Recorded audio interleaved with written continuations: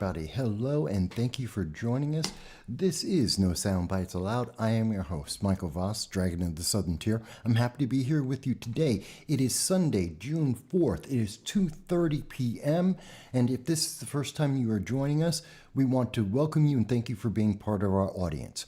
Every Sunday at 2:30 p.m., we reach out across the entire globe via the internet, wherever the internet overlords will allow, to be able to hear what you have to say about all the issues that are affecting us, each and every one. And we hope to hear your comments, your calls, your chats. You can call in at 607-242-9247. The phone line is on and ready to hear what you have to say about whatever you think is important and isn't being addressed by the major news media, by our elected officials in every country. So we look forward to hearing from you about all of these issues, and we look forward to speaking about everything that's going on.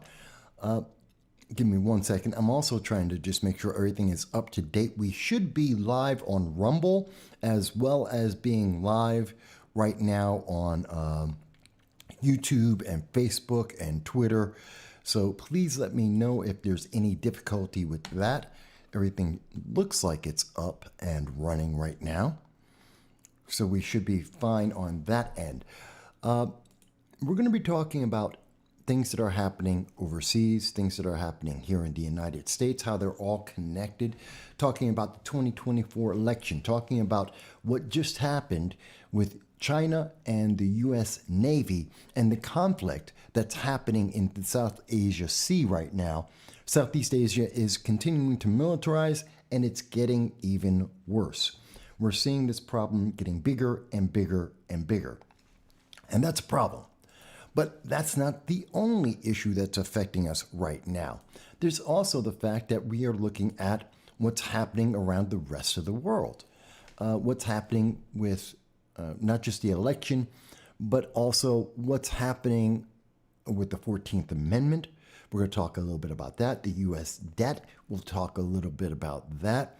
We'll be talking about, well, quite a few things. So with that said, and I'll be looking in on Rumble to check on all of the comments there periodically throughout the entire show. But let's get right into what's happening right now. Let's look at what's going on around the world. Where's my... There it is. So one of the things, it's breaking news. It's been happening right now. Let's start off talking about the U.S. Southeast China, the tensions between China and the United States.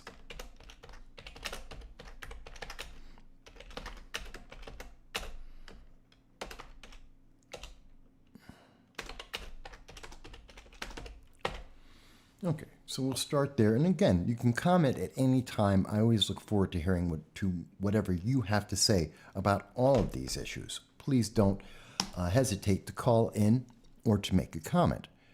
So what we saw is on June 3rd, yesterday, the United States Navy, well, let me start with this. The United States Navy currently is shrinking. Under the Biden-Harris administration, the United States Navy, the United States Army, and Air Force have all missed their recruitment numbers. That is significant. So the United States military is shrinking. The replacement of weapons and upgrading of our military is slowing down. There have been basically our funding has been reduced. And the rest of the world is reacting to that. They're reacting to the abandonment of 30,000 Americans in Afghanistan, Ukraine, and most recently in the Sudan. And so this is winding up to encourage nations like China, North Korea, Iran, and Russia to engage in more militaristic actions, which is why the world is militarizing. Right now, as being reported by CNN, not only is America's Navy shrinking, not only are we missing the recruitment numbers, but the best naval ships perhaps in the world is not American. We no longer lead in that. According to CNN yesterday, the best navies in the world are currently being made by Japan, which is building its own army for the first time since World War II, and South Korea, which is increasing its military arms from the 7th largest in the world to the 4th largest in the world. Tell me that doesn't sound like militaries, nations that are putting together their logistics to get ready to commit a war. I mean, that's the only reason why Japan would create a brand new army, why they're increasing their navy, and their navy is better than that of the United States. Let's see. I believe it's right. Where is it? I had it in this article. It's a growing problem. The United States naval commanders are scratching their heads to keep up with China's ever-expanding fleet of warships. Not only is China's navy already the world's largest, having a numerical lead over the United States, the U.S. Navy warning recently American shipyards can't keep up. China can build 3 warships to the 1 of the United States. Now, that's a huge statement there. Experts who spoke to CNN before the summit say a potential solution for the Chinese fleet advantage is to buy ships from our allies in South Korea and Japan, who are building some of the highest spec and affordable naval hardware in the world. So not only is the United States incapable of keeping up recruitment, not only do we not have enough naval ships, not only can China outproduce America, they can outmanufacture the United States in terms of defense, of security of the United States, and therefore the support of our allies in Japan, in South Korea, the Philippines, Southeast Asia, Taiwan. But now we have to buy the weapons from someone else. So we're dependent on them making the right kind of weapons. We're dependent on them being able to provide us the means to secure ourselves and the rest of the world. Does that sound like a leader, a global leader? Does that sound like a nation that is leading the way for the rest of the world? Does that sound like what the United States has been since the end of World War II? The protector of freedom around the world?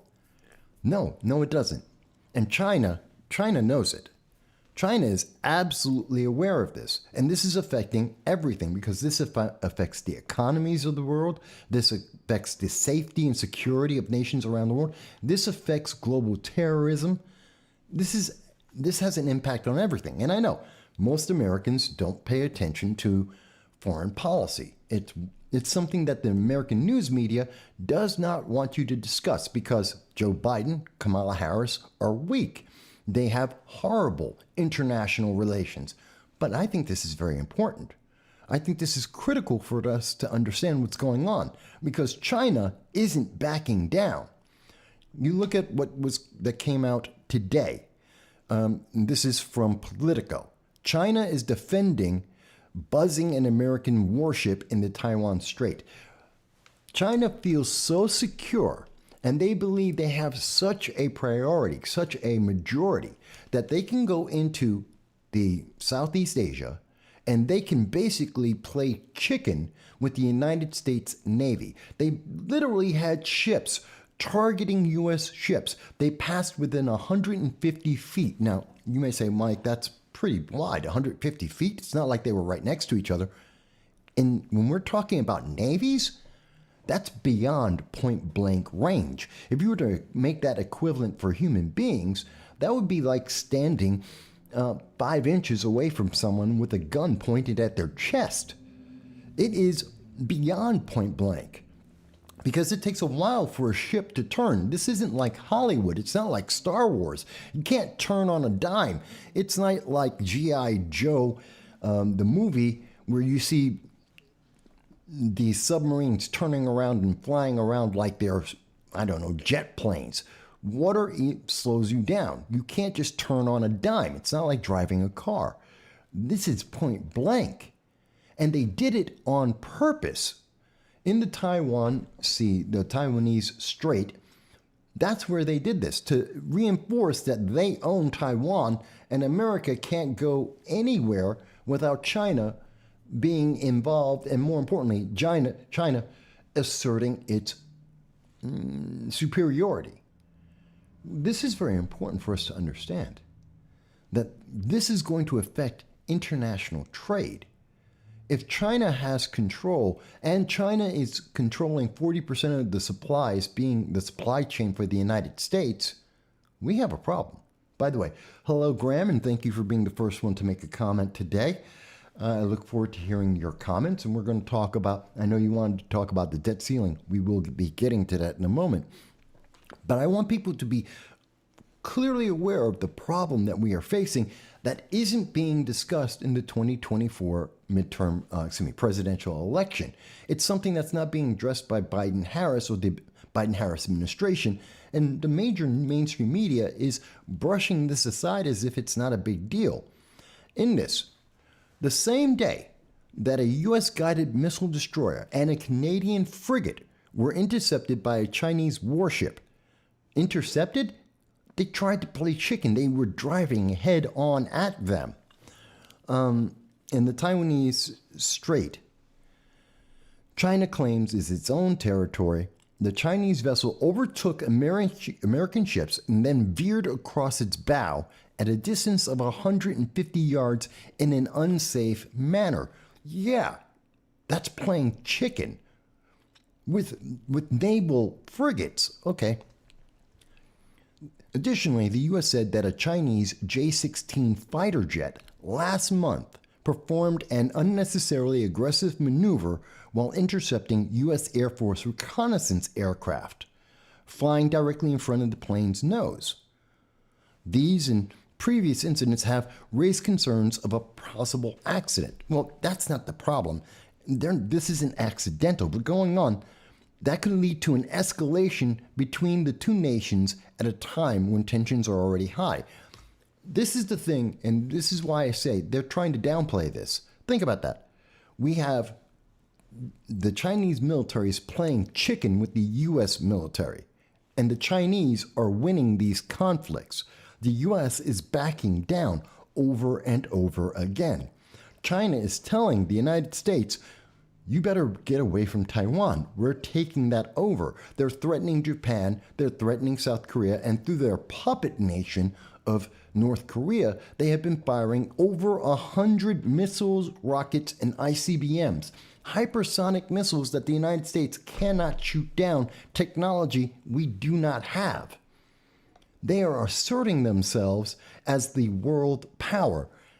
And they're saying that this is an escalation. What would it be, according to Politico, what does it take for you to say that this is already escalating, that the militaries are already arming themselves, they are already positioning themselves, the logistics are already happening? We are already seeing this. This is the buildup like we saw in World War I, World War II. It's exactly what we've seen over and over again. They aren't just playing chicken. They're not just trying to assert themselves. They're positioning. And we know that their Navy is larger and will continue to be larger. In fact, by 2027, it's estimated that the Chinese Navy will double the size of the U.S. Navy. That's where Biden and Harris, the Democrats, are leading us right now. That's where this whole idea of a U.S. Department of Peace being promoted by Marianne Williamson, the movement towards peace by Robert F. Kennedy Jr., the Democrats are looking to stand down, become isolationists, stick our heads in the sand, and pretend that the rest of the world isn't getting ready for another major war. That's not helping us. And by the way, how would you feel if you were, oops, sorry, I hit the wrong button there. How would you feel if you were in Japan right now, knowing that the United States, instead of living up to the 1960 U.S. treaty, instead of standing by the position the United States has had since World War II, instead of doing any of that, the United States is saying, we're just going to let this go. We're just going to go back to our borders. We're going to ignore our allies. We're going to ignore the treaties, and we're just going to let China take over. How would you feel? Would you be more willing to make trade deals, or would you be less willing to do that? Would you be trying to build up your own military, which means your economy has to absorb, in the case of Japan, $325 billion within 5 years. Where's that money coming from? It's going to come from the United States. It's going to come from increasing the cost of goods for the United States, which is importing far more than we export. And that means that they're going to have an advantage. The U.S. economy is going to be worse. In fact, we can't see anything that makes it better. And China's answer to everything is just get out of our way. Mind your own business. I believe it's quoted in this article here. Here it is. The Chinese military says the best way is for countries, especially the naval vessels and fighter jets of countries, not to do closing actions around other territories. He goes on, he accused the U.S. and others of meddling in China's internal affairs. I believe he also goes on to say, mind your own business. It's not in this article. No, it's not in this article, but there's another one. The Chinese government is currently telling the United States government, mind your own business, get out of Taiwan, get out of Southeast Asia, forget about your allies, and let us do whatever we want. They're saying it brazenly in front of the world. And what is Biden and Harris doing?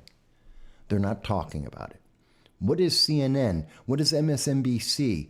Even Fox News? What are they saying to the American people about this? Nothing. You're not hearing about this. I'm not saying that there aren't articles about it, just like the one I just showed you in Politico, except no one's being told about it. Most people aren't hearing about it. Most people don't read articles anymore.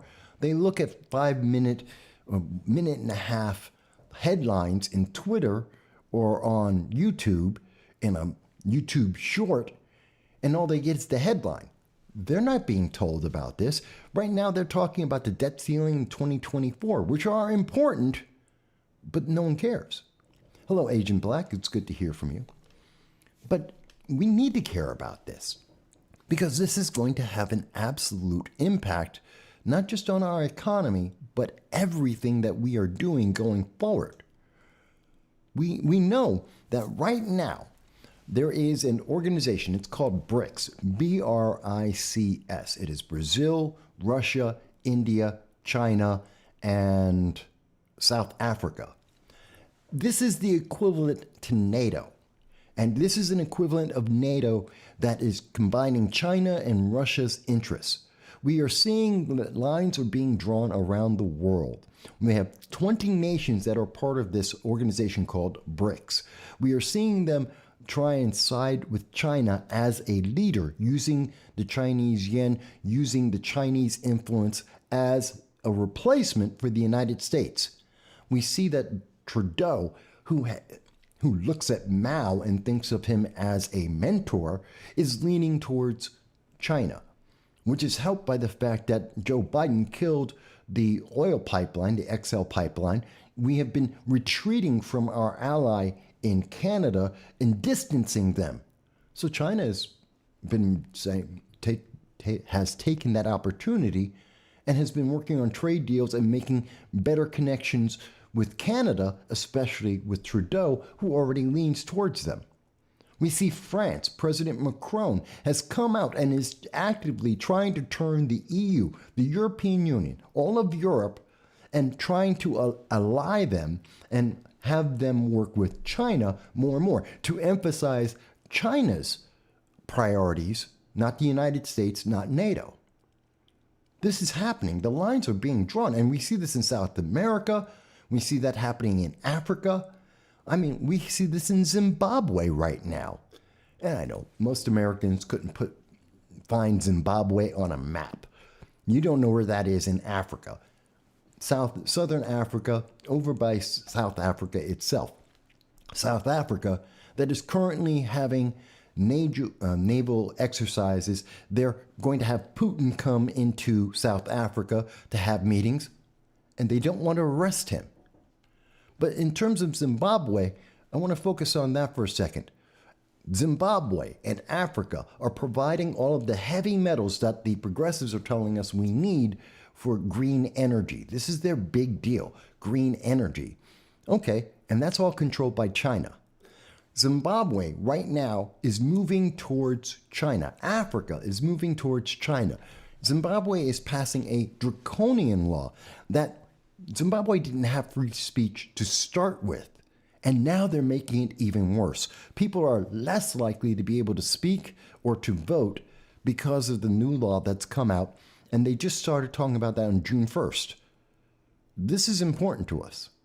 This is the direction Africa is going in, to become more like China, which is backing them up on their actions. Now you may say, Mike, how do you know it's more along the lines with China? Well, let me show you. China and Zimbabwe are good friends, good brothers, good partners with a shared future and a long tradition of mutual assistance in times of need. China strongly supported Zimbabwe's struggle for national liberation and independence. China continues to support Zimbabwe. This is a document that was written. This came out on February 10th of 2022. This is the ambassador of China talking about the Republic of Zimbabwe. Why would he make those kind of statements? Because the ideology, the ruling party of Zimbabwe is the Zimbabwe African National Union. This is a socialist organization. They are socialists who have been working on Africa while the United States has completely forgotten about it, that they don't care about this. Now you're going to say to me, Mike, but I don't care about Africa. If you care about green energy, you care about Africa. If you care about climate change, which is supposed to be the number one thing threatening the world right now, then you should be caring about Africa. Because Africa, along with India and China, are the leading source of greenhouse gases in the world. And if we aren't working with them, China is.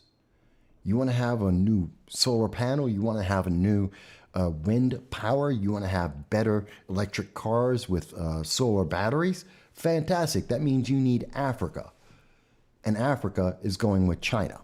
Wow, my glasses are, I know it's been broken, so it's messing up with me. And that's the thing. They're all aligned with China. If China has control of that, China has control of U.S. energy. Think about that. They have the control, which means they control one of the leading factors of inflation in the United States. That's going to affect whether or not you have a job. It's going to affect how much you pay to buy a new set of dishes, to be able to buy anything. This is all interconnected here, and they are aligning themselves. More and more nations, Burkina Faso, Zimbabwe, Uganda, we're seeing more of these nations line up with China, just like France, against the United States. South Africa is actively taking military actions with China and Russia, lining up with them against the United States. Why? Because South Africa has been supported by China. China has trade deals with South Africa. They supported the African National Union, again, just like in Zimbabwe, in South Africa, introducing socialism into South Africa. They're winning that war, the war of perception, the war of, how can I say, power. China is raising itself up, and we have been forgetting about this. We have been ignoring this. And the influence of China on the rest of the world should not be mistaken. People are very angry about Ukraine and Russia. The United States is absolutely entrenched in that war. We've been spending over $120 billion on that war, and we are spending more by the day. Putin, because of the United States, has a warrant out for his arrest right now. And Putin has been invited to go into South Africa for a speech with the BRICS, the BRICS, the summit. 20 nations that are lining up against the United States, against NATO. And he's going to South Africa, and as being reported by Deutsche Welle, the German news, when Putin goes into South Africa, even though there is an international warrant, the ICC, International criminal courts. They have a warrant for the arrest of Putin. What is Africa going to do? Well, according to Deutsche Welle, talking to one of the experts on African law in South Africa. Explosive. If Vladimir Putin, if he takes up the invitation to attend the BRICS summit in August, South Africa will then have to decide what to do. What do you think is going to happen? That's a very good question, and your guess is as good as mine, because what the law says they should do is that they should arrest President Vladimir Putin should he arrive in South Africa. But we know from 2015, when former President Bashir was in South Africa, there was an attempt to have him arrested, which was a case I worked on with the organization I was with at the time. And the law was clear in that case, and yet South Africa failed to arrest President Omar al-Bashir. So there's that precedent, which unfortunately doesn't set a very satisfying picture as far as justice and accountability is concerned. But my hope is... So there's the answer right there. There's the answer that you're not hearing in the United States. There's the answer that you're hearing around the world. Putin is safe. Why? Because China is working with Russia against the United States. China, Chairman Xi, is working with Vladimir Putin to weaken the United States and to build up a coalition of nations against the United States. And so Putin is protected. Why? Because South Africa is making deals and working with China. They're taking their lead from China. And everyone in the world expects that when Putin is going to go to South Africa and no one is going to touch him. Yes, NATO has said they want to arrest him. Yes, the United States say they want to punish him and they want to arrest him. And it won't happen. He's going to go to South Africa and he's going to be perfectly fine because China said leave him alone. And South Africa and Brazil and India and the BRICS, 20 nations in the BRICS all say it's okay. So that means the United States is weaker and weaker. The presidency, Joe Biden, has become a joke. His influence no longer affects the rest of the world, or at least China's influence. Chairman Xi's influence is equal to that of the United States. We've never seen this before on the world stage. We have never seen this before. You want to see an end to the Ukraine-Russia conflict? You can't see that if China is implicitly and explicitly supporting Russia in attacking the Ukraine. It's not going to end. And it's definitely not going to end under the terms that the United States and Joe Biden and the progressives want. It will never end under those terms. And so we have a problem here. Because it's a demonstration of how they are flaunting their power. They are flaunting their disregard for the United States, and the rest of the world is seeing this. No wonder France is afraid of China. No wonder France is caving to the political pressure and lining themselves up with China, which looks to be the next superpower of the world. It's no wonder that Canada, our northern neighbor, the nation that is probably, besides the United Kingdom, the closest aligned nation to Canada is the United States. We protect them on a regular basis, and they're lining up with China. They're doing business more and more with China. They're giving their energy to China because the United States, the policy's so bad, they're rejecting it. No one wants to talk about this. And I understand. It's not something that everyone's focused on in the United States. Americans don't think about Africa. As much as you hear from the progressives about, racism and institutional racism, and they have to fix all that, they don't care about Africa. You never hear them talk about Africa or the consequences of their policies in Africa. You don't hear it. They don't care. Because they're not really concerned about racism. They're not really concerned about the color of people's skin. They're concerned about power. Which is why they don't want to tell you about what's happening in Zimbabwe. They don't want to talk about Uganda that is rejecting the attempt to turn it into California, the LGBTQAI+, you want to be a toaster, all of that. All the money we've spent trying to convince Africa to be like California, they're throwing it out the window. Not only are they throwing that out, they're saying, If being aligned with Joe Biden and Kamala Harris, if being aligned with Democrats and progressives means that these nations have to become California, their answer is, then we'll be like China. They are absolutely taking the opposite position, and we are driving these nations away from us in our insistence of taking on the critical race theory, intersectionality, gender identity politics. We're literally driving nations away from us and weakening our allies around the world, the very people we need for things like energy and for our supply chain. That is a problem. And the world is looking at this saying, and the United States, as bad as that is, they can't even defend themselves. Matter of fact, they don't want to. The United States abandons its own people. 10,000 people a year under Joe Biden. Think about that. 5,000 Americans in Afghanistan, 10,000 Americans in the Ukraine, 15,000 Americans in Sudan. Not only are we abandoning 30,000 Americans, we're increasing the number of Americans we're abandoning by the year.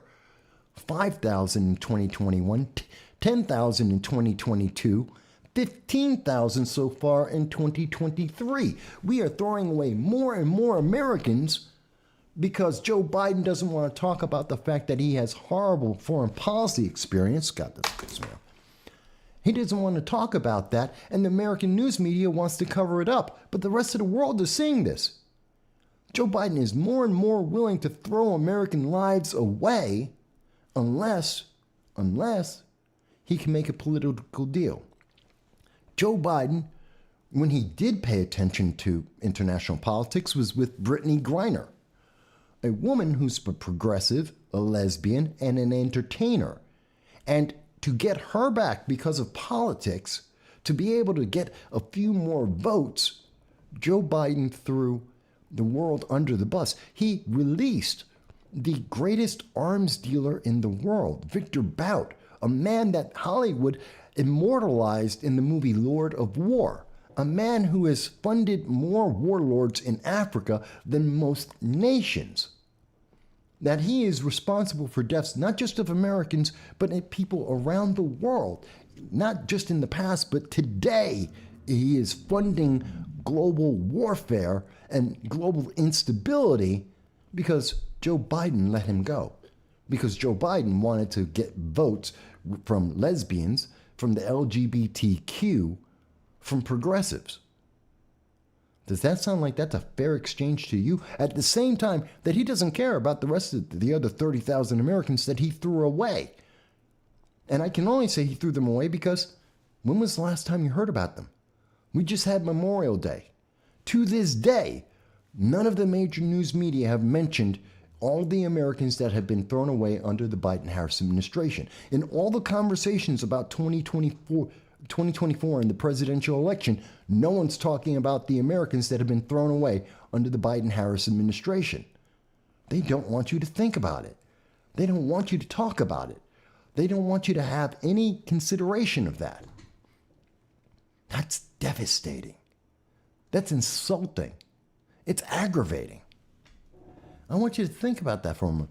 And when we look at this picture, we are seeing China increasing its power, deepening its relationship with Iran and with Russia.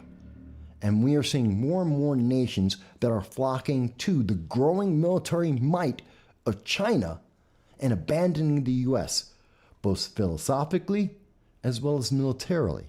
And that means economically, which means we're losing in every aspect that is important to us. There is no aspect of this that is good. Now, let me pause for a second and say, if you disagree with any of this analysis, if you disagree with any of these conclusions, fantastic. Call into 607-242-9247. Tell me why. If you're an elected official in the United States at local, state, or federal level, and you disagree with my summation, fantastic. Call in. I will give you as much time as you need to refute anything that I'm saying right now. to go through the evidence that I am presenting to everyone and tell me how I'm understanding it incorrectly. I'm not MSNBC, CNN, I'm not Fox News. You're not going to be limited to a minute and a half. You're going to have as much time as you need. You want to take 12 hours? Fantastic. Let's have that conversation with the American people. Prove me wrong. I really want you to. Because if I'm misunderstanding this, if I am misexplaining this to the world, I want to be corrected. I want to be reassured that the United States is providing more peace to the world and that we're not just looking at the next election, but the consequences of what's happening. That there's some way to stop China and its communist regime from taking over more and more of the world in my lifetime. I'd love to do that. Please, Democrats, progressives, call on in. Elected officials, call on in. Let's hear your answers. Because every time that this has been asked, the only thing that we have heard is dead silence. And that's why China has become more aggressive in dealing with Taiwan, Japan, and South Korea. They are getting more aggressive and they are pushing more and more against the United States. They are not afraid of the U.S. Navy. They are not afraid of a two-mom army. They're not afraid of the warm, fuzzy, progressive military in the United States that is shrinking and fewer people are willing to volunteer to defend the United States. They are not afraid of Biden-Harris. And they're not afraid of what we will do in the future. Agent Black, who's in the United Kingdom right now, thank you for joining us. Agent Black says, I get on well with the Chinese, Iranian, and Russian people. Well, let me be clear. I'm not talking about the people, the Chinese, Iranian, or Russian people. I myself have lived in the Soviet Union. I have lived in Moscow. I've lived in Tbilisi and Riga. They're great people individually. The government is an entirely different thing. So I do want to make that statement there. But going on, Agent Black has talked with them mainly in terms of online gambling and some interpersonal relations. We're all the same. It's our governments and elites which are psychotic. And I agree with you. And I have no question with saying that there's a difference between the people and the government. But unlike in the United States, the people in China, the people in Russia, in Iran, in North Korea, they don't control their governments. They are controlled by their governments. Even as we see with the example of Zimbabwe, you don't get to speak. You're lucky if you get to vote. As we can see what Zimbabwe is doing right now as they become more and more communist, as they go from just being socialist aligned with China, they're becoming examples and copies of China and the communist movement there. The people have nothing to say about that. In fact, the people are terrified, in part because the people don't have a Second Amendment. They don't have a right to protect themselves and defend themselves against a corrupt government. That's why the only times that we see most of the rest of the world ever try and change their leadership, it has to happen by a coup, by a civil war. And it's almost always led by the military, which then creates an authoritarian dictatorship over and over again. We've seen this around the world. And we're seeing it right now in the Sudan. So this is the problem. They're not like the United States, and the weaker the United States become, the less likely that they're going to be like the United States.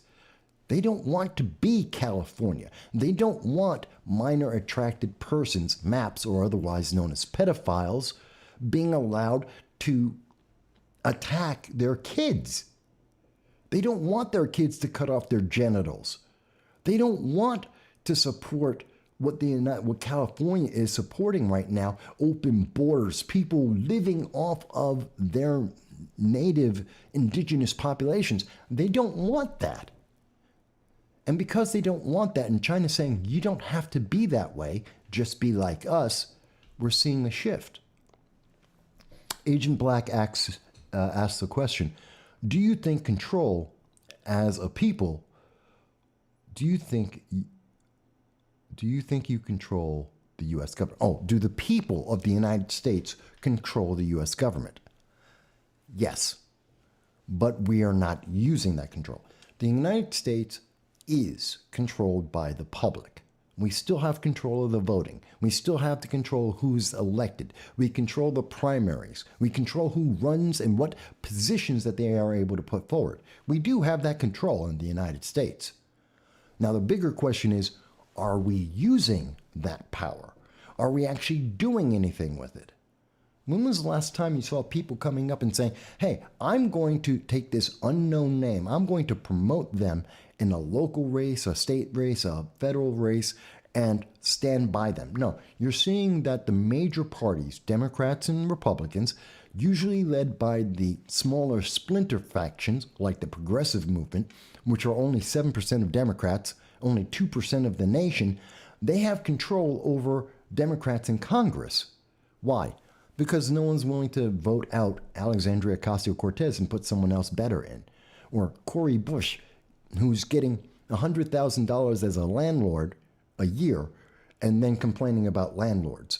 She was using her taxpayer funding to be able to pay her I believe it's her brother, for Cori Bush, to pay him to $170,000 for private security. $70,000 a year for private security that they don't give anyone else. You don't get to carry a gun. You don't get to wear a bulletproof vest. But Cori Bush gets to have private armed,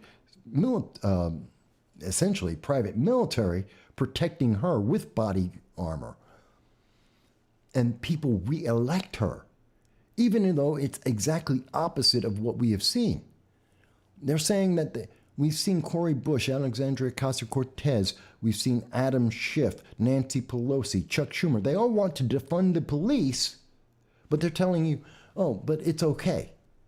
You don't need any protection, and you don't need to defend yourself. That's the problem.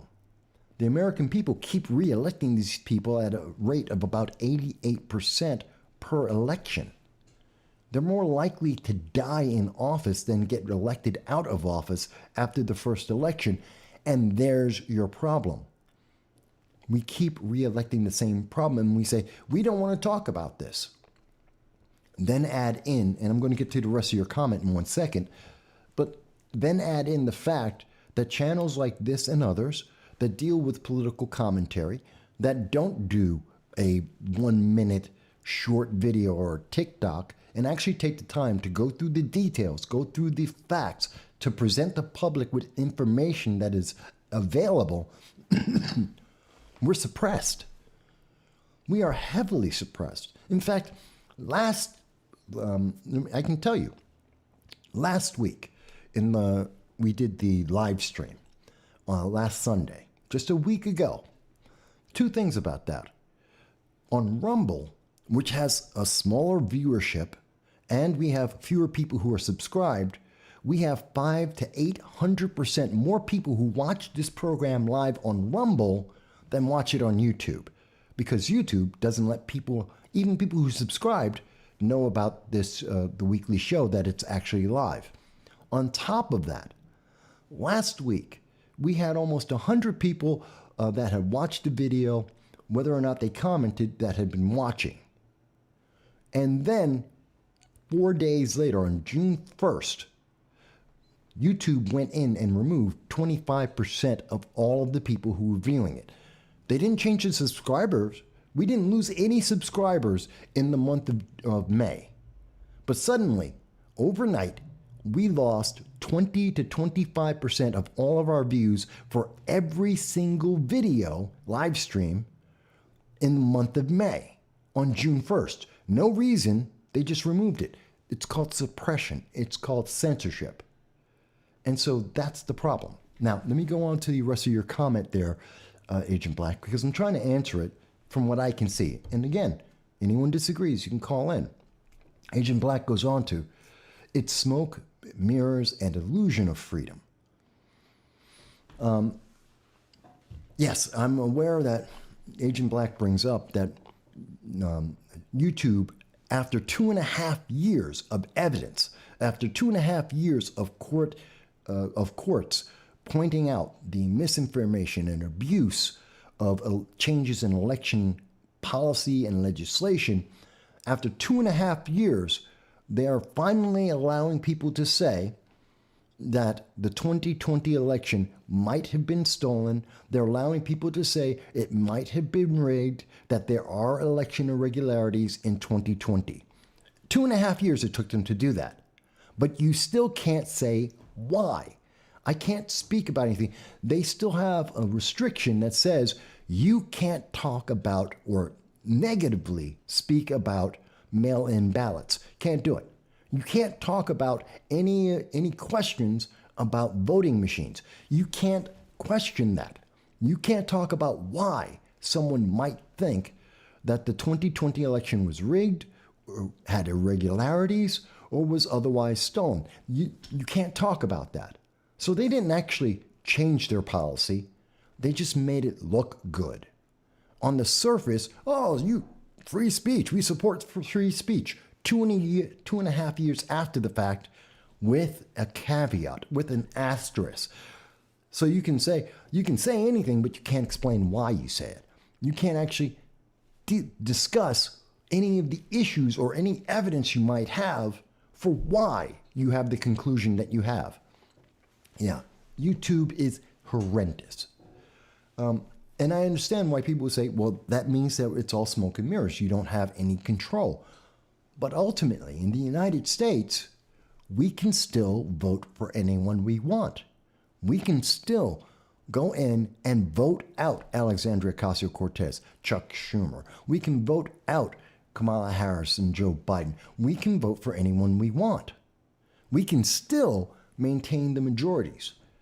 And it isn't just the Democratic or Republican parties that gets to pick who is on the ballot. And we'll be talking about Vivek Ramaswamy in a little bit, and some of the things that's going on with him right now. He has about 2.6% of Republicans that are supporting him for the Republican nomination. President Trump is, of course, leading with about 53%. If the American people wanted to, we could pick Vivek. Whether or not the Republican Party matter of fact, the Republican Party is pushing Ron DeSantis. The American people are picking Donald Trump. We don't have to follow the parties. The parties follow us. It's just that the news media fails to mention it that way. The news media is always telling us, no, this is what the party said, so you should say it too. And that's the problem.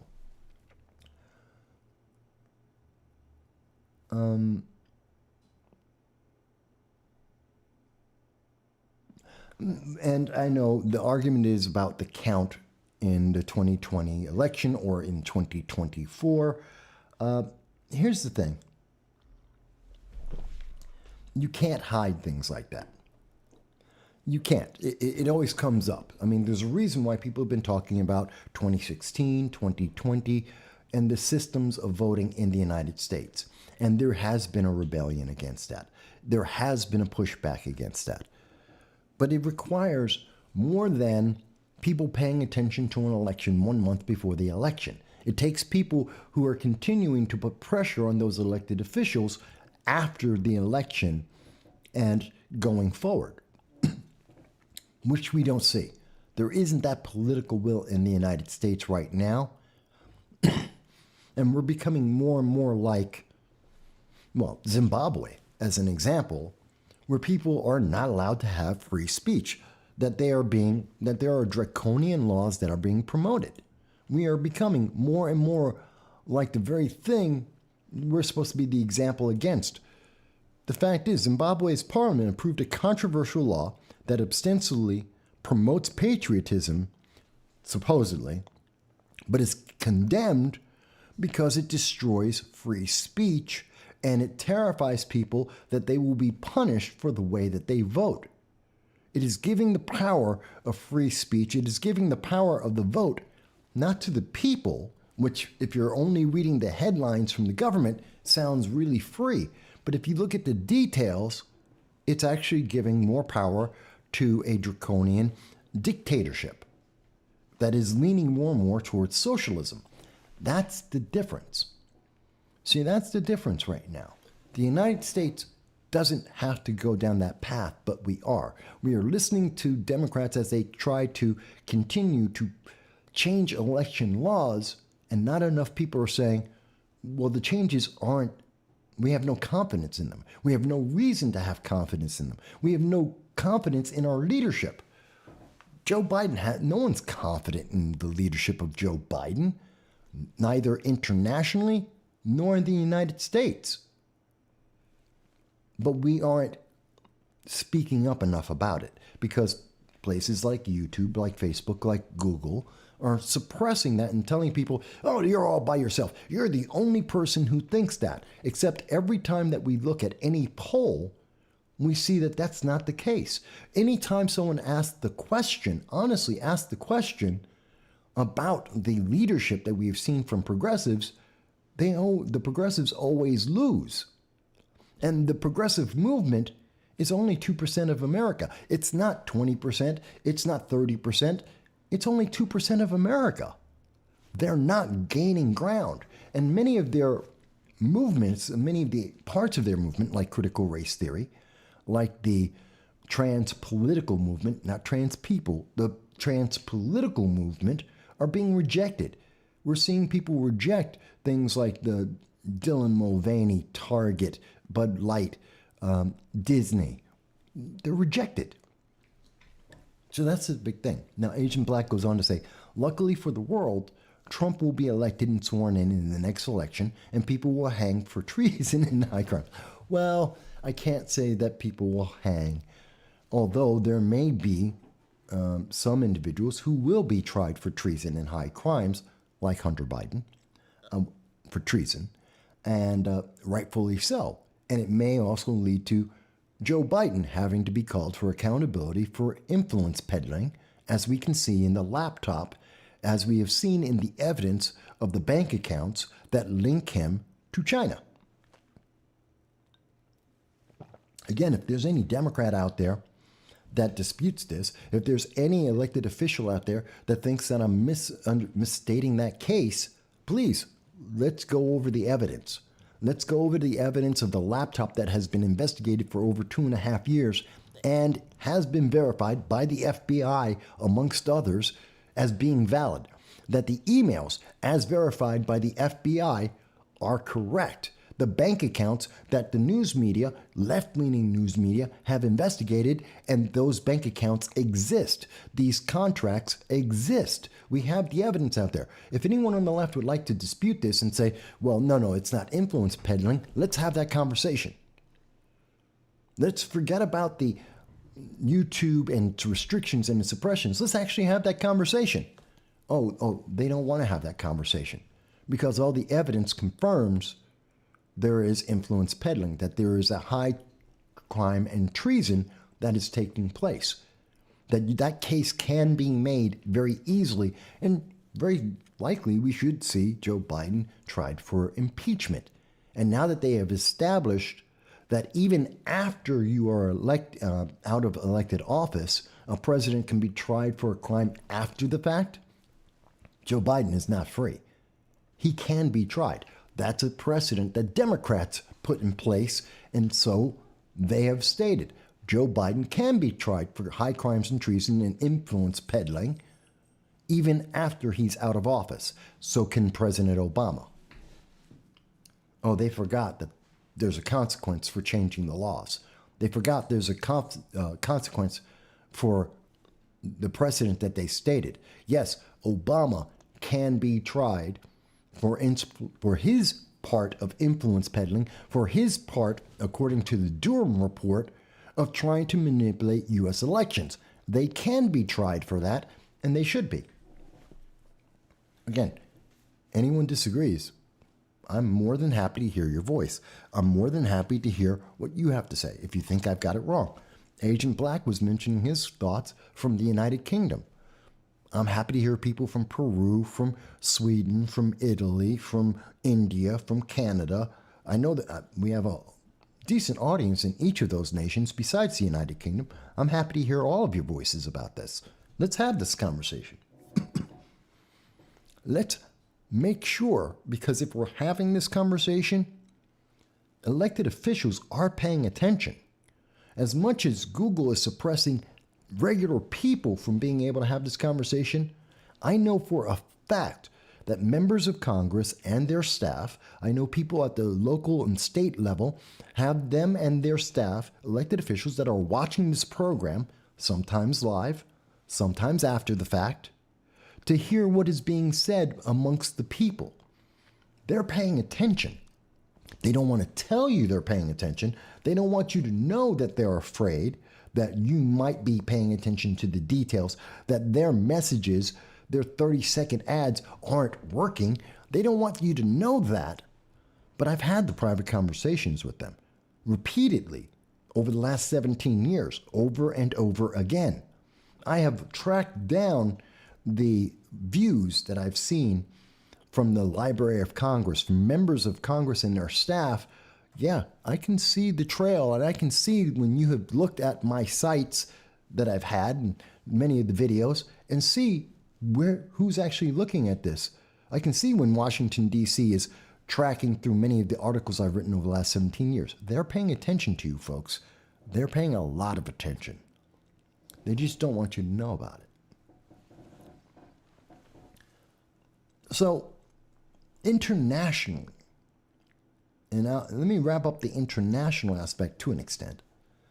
Why is it a big deal about Africa? Well, if you believe in climate change, it's important to you. If you think climate change is the most important issue facing the world, then you're not worried about the United States. We lead the world in reducing greenhouse gases.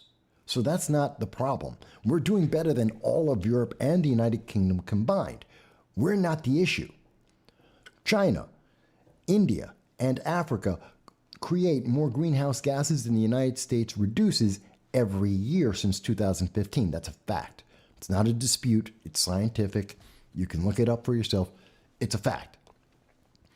So if China has the agreements with, and China, who doesn't care about climate change, is working with Africa, that also doesn't care about climate change, and they are encouraging Africa to be more like China, which means don't care about greenhouse gases. If you believe in climate change, you should be wanting the United States to try and influence Africa, not China. You should be caring about the BRICS. You should be caring about what's happening in Zimbabwe and South Africa. But they don't. Because they don't care whether or not climate change is being combated. They care about paying for their supporters, their big business, their special interests. They care about the headlines that make you feel like something's being done without anything being effective. That's it. That's all they care about. So you should care about this, because the less we pay attention to it, the more it slips out of our hand. It's like grains of sand. They're falling out of our hand, and they're falling into the hands of China. And that means your life is going to be worse off in the future. It means that inflation is going to be higher, that you're going to be able to afford less and less, and we're going to have less influence on the world. Think about it. Energy prices are going to go higher because Iran and Russia, they control more oil, more natural gas. They're able to dictate the price, and green energy isn't efficient. It isn't effective. If it was, France wouldn't be using Russian oil and gas. Germany wouldn't be using Russian oil and gas. The United States would be energy independent. California wouldn't have brownouts if green energy actually worked. It doesn't. So energy prices will go up. And that means you're going to be poorer. Wherever you are in the world, especially if you're aligned with the United States or NATO, you're going to be suffering from more inflation, and you're going to be more poor. It's just that simple. And speaking of, and rounding off, and actually, Agent Black, since you're in the UK, we also want to talk about, look at what's happening for the countries that are following the Biden-Harris administration, for nations that are following the progressive ideology in the United States. How is it working out for them? The United Kingdom, Rishi Sunak, the Prime Minister of England, has lost control of immigration. Illegal aliens have been swamping the United Kingdom because they're following the progressive idea that there are no borders, that nations are wide open. And 600,000 illegal aliens, criminals, entered into the United Kingdom in 2022 alone. Think about that. 500,000. We're looking at what? The United Kingdom is about 1/6 the size of the United States. And they have this. This is huge. This is the equivalent of the 6 million illegal aliens entering into the United States. This is enormous. And this is from a supposed conservative government in the United Kingdom, led by effectively the equivalent of a Republican in the United States, the Conservative Party in the United Kingdom, and they have failed because the progressive ideology is not productive. It doesn't help people, and you can't half-ass this. You can't have open borders and think that the number of illegal immigrants is going to go down. It doesn't work for the United States. It's not working for Europe. It's not working for the United Kingdom. Rishi Sunak is an example of what happens when you have a weak leader on these kind of issues.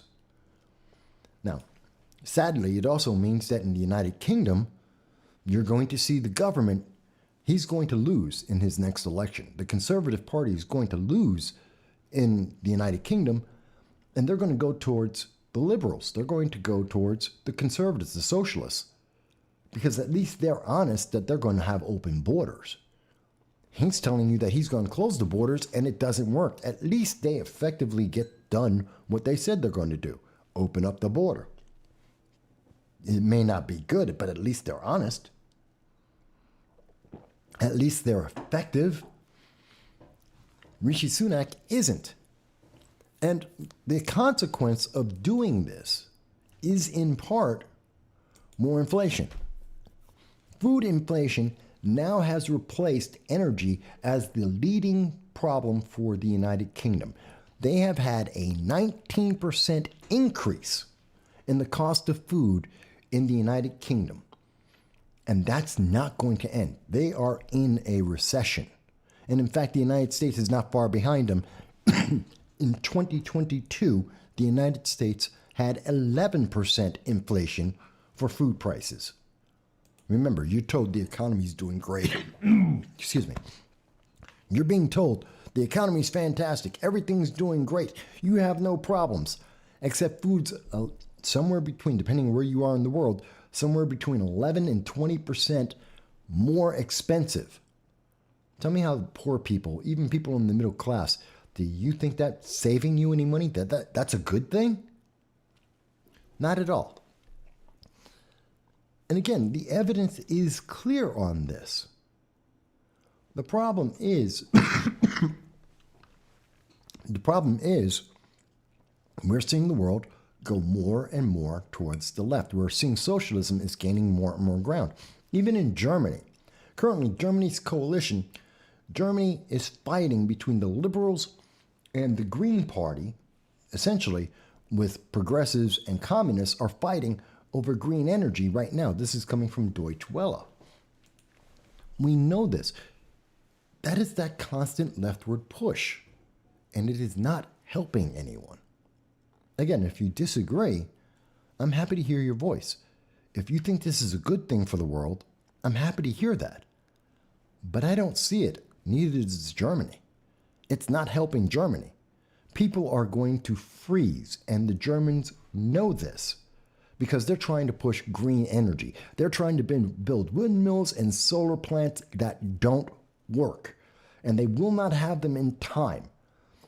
But at the same time, they're shutting down their nuclear power plants. They're shutting down their coal power plants. They're giving themselves less energy, and the people of Germany are freezing in the winter, and they're suffering from the heat in the summer, and they don't care because they have good headlines.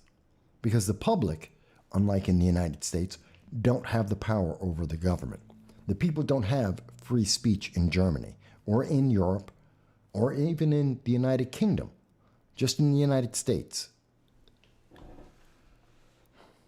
That terrifies me. That really, really does terrify me. Maybe other people don't agree, but I've never really heard anyone say, Mike, no, you misunderstand that. This is how it's benefiting you. And that's something I want you to think about. Whether it's in the United Kingdom, Germany, France, and Canada, look at all those supposedly very free nations around the world. And as they go more and more to the left, as they are constantly pushing more and more towards progressives and socialism, not one of them can point to something and say, hey, see, this is how it's better for you. This is how it's improved for you. They can give you headlines saying, everything's great. If you look at it with, if you close your eyes and look at it, then everything's fantastic. But they can't actually give you any evidence of how things have improved for you. As they have become more and more socialist, how your life is better. They want to tell you that the economy is doing great, except they don't want to point to inflation. They don't want to point to energy. They don't want to talk about jobs. They don't want you to think about it. They just want you to believe them. They want you to obey. And I think that's dangerous. And that's why the world is getting more militarized, and we are getting closer to what we've been saying for the last 2 years. There are going to be 3 regional wars simultaneously in the world. And that's coming very soon. We think it's going to be 2027. We think that China will invade Taiwan in 2027, that the Russia-Ukraine war will continue to be going on for the next decade. And Iran is building up right now. They're getting ready to start to attack Israel and Europe and the United States. Their global terrorism has never stopped, and they're busy right now building up allies in Yemen and in Saudi Arabia. The Middle East is about to be on fire. I know, the mainstream news media doesn't talk about this. For many people, this is the first time they're ever hearing about this. But it's happening. And you aren't safe. These very same terrorists are coming after American citizens, and they're killing them. These very same terrorists are taking over countries, and thousands of Americans are being abandoned every year. It's really terrifying to think about that. We're losing allies more and more. India is going on its own. Japan doesn't care what the United States says. South Korea is going on their own. Philippines doesn't know who to trust. Every nation in the world, including Guam and Iceland, are militarizing. Norway is building fences. They're building a wall. The thing that we get told here in the United States doesn't work. Yeah, they're building one as we speak because they do work. Same thing as Poland.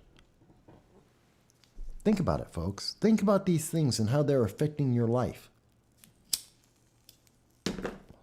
And think about what the United States is saying, that Poland shouldn't have a wall, even though it's been effective for them. That Norway shouldn't be building a wall, even though they know it's going to be effective for them. We're hearing the rest of the world, we're hearing progressives say, well, everyone should have open borders and you should be more socialist so China has more power, so Russia and Iran have more power. And Iran in particular, as a great example, wants you all dead.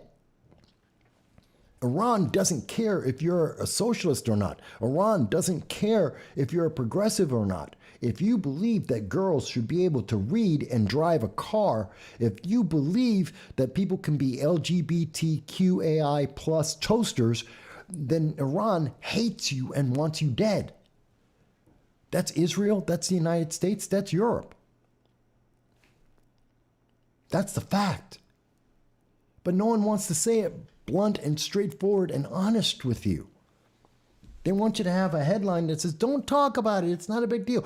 You have a hashtag, we support women in Iran. See, we did our job. It's all over, it's all taken care of. Meanwhile, young girls are being poisoned in Iran right now. Schoolgirls in Iran are being poisoned by the government of Iran as we speak. All the progressives in America, turn a blind eye. They don't care. They're not asking for sanctions. They're not out there trying to give donations to organizations that support women in Iran. They're not up here being champions saying we have to fight the Me Too battle in Iran. They don't care. They don't care because it doesn't give them power. It won't help them win another election. It won't get another donation from you to help women in Iran or in Afghanistan, so they don't care. And there's the reality. They don't care. They don't want to tell you this, but they don't care. And I'm more than happy to hear from any Democrat, any Republican, any Democrat, any elected official that says, Mike, you just don't understand, that you misunderstand that. Fantastic. Where is the National Organization of Women? Where is the LGBTQ, the U.S. LGBTQ, the same people who are pushing the trans political movement? Where is all their efforts in Iran? When was the last thing that they even mentioned Iran's name? Think about that. So like we do every week, we start the show off, first hour or so, talking about the international impact, how the U.S. is impacting the rest of the world. And to sum it up, again, we are seeing that we are becoming closer and closer. As much as Politico is trying to tell you right now that tensions haven't been increased, they already are. We are seeing more militarization. And China sees America as so weak that they are increasing the conflict every single week. They have been pushing the United States more and more because they think, and they have reason to believe, that Joe Biden, Kamala Harris, will do nothing. They will run away. They ran away in Afghanistan. They ran away in Ukraine in terms of American people. They ran away in Sudan. And they think that Joe Biden and Kamala Harris will run away from Taiwan because it won't help them win an election, because they don't care about the consequences. They just care about political power, about winning that next election. And so China's taking advantage of it. And that's costing you economically. It's increasing the cost of goods. It's increasing the cost of food. It's costing more in energy. It's costing American jobs.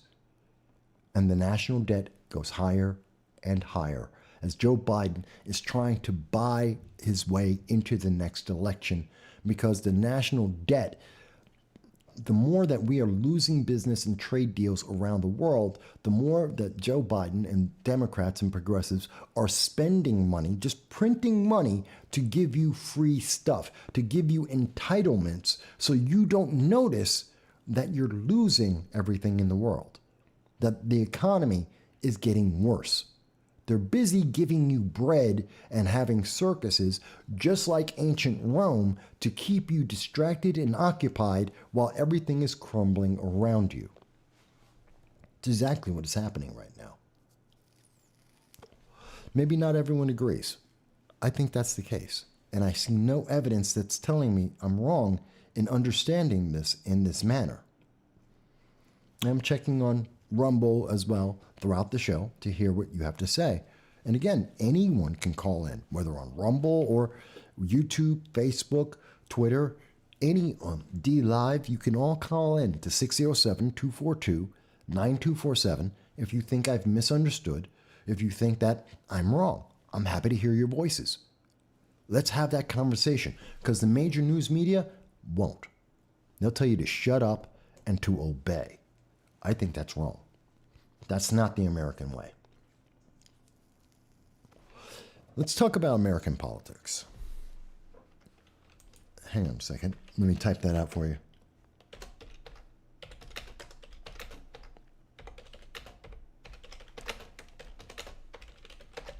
Let's talk about U.S. politics and 2024 election.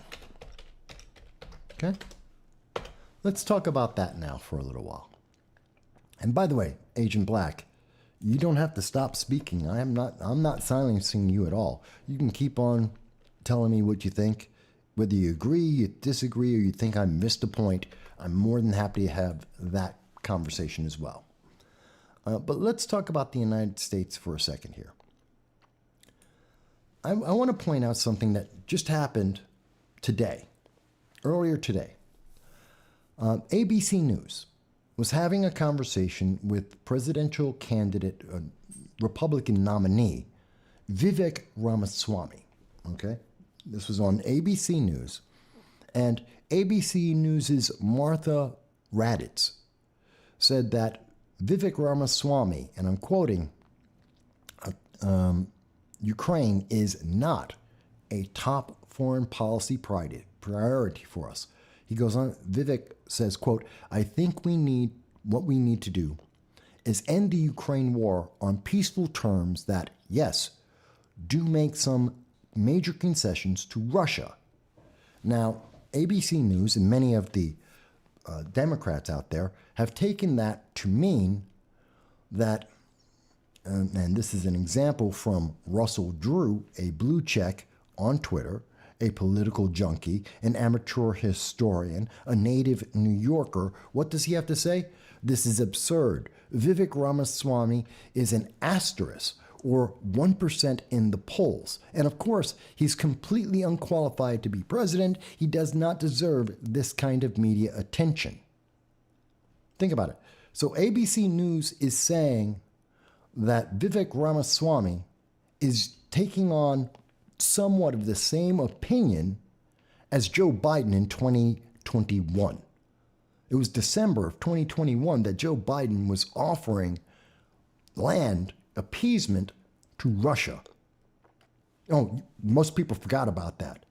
No, that was the first policy from the Biden-Harris administration to Russia. It was to give up the easternmost portions of the Ukraine to Russia so that they would back down. Kind of like what Obama did with the Crimea. He gave that over to Russia so that they would back down. And that's what we're seeing now. That was the first thing that Joe Biden said. It wasn't sanctions. It wasn't threats of military. It wasn't abandoning American citizens. The first thing he said is, let's appease Russia and give them the land so that they won't be militaristic, so they won't move forward. But Russia didn't care what Joe Biden had to say because Joe Biden didn't have the balls to say these things to Putin's face, just like he wouldn't call Putin a killer to his face. And America had already demonstrated under Joe Biden the answer to aggression, like in Afghanistan, like with the Taliban, is to run away and to leave everything behind, including American citizens. So Ramaswamy has said, okay, we're going to run away. And the left have said, well, this is absurd. First, their first thing is, and you notice, their first answer is personal attack. They're not questioning the policy that Joe Biden initiated, that Joe Biden came up with, that Vivek Ramaswamy is following to an extent. They're not attacking his policy, they're attacking him as a person and said, well, he's a nobody. Why should we even mention him? Why is ABC News talking to this guy? Well, the first thing that Russell Drew does is he lies to the American people. He's an asterisk. He's not even 1% of the polling. Well, that's a lie because Real Clear Politics, go to it like I am right now, it takes 30 seconds to look this up. Vivek Ramaswamy is at 2.6%. 2.6%, not 1%. Out of the entire, 11 people that are running for the Republican nomination at this moment, even going up against a former president, he's at 2.6%, not 1%. And by the way, that puts him equal to Senator Cory Booker and Amy Klobuchar, as well as Tulsi Gabbard. If you were to look, and this is from Politico, December 15th of 2019, if you're looking at 2019, somewhat into the 2020 election, Cory Booker, a senator, a Democrat senator. If you look at Amy Klobuchar, a Democrat senator, weren't polling as well as Vivek Ramaswamy. So, hey, Drew, does that mean that they're nobodies, that Senator Cory Booker, that Senator Amy Klobuchar, that they're nobodies, that they should be ignored, that ABC News should never talk to them because most Democrats don't care about them? Oh, he would never say that. See, that's what happens when you have the personal attack. If no one questions this, they go, oh, well, Russell Drew's a blue check, so he must be correct. He says that he follows politics, so he must be true. ABC News is trying to infer that Vivek Ramaswamy is just out of his mind. They don't want you to think about it. They want you to just obey. But they leave out the critical details. That this is Joe Biden's initial policy, and that everything that Joe Biden has done since then has failed. Joe Biden said he's going to put in economic sanctions against Russia. Russia's economy is stronger today than when they first did before the war actually took place. Russia has better ties and has better deals going on with China and Iran and North Korea and the Middle East than before the war actually started.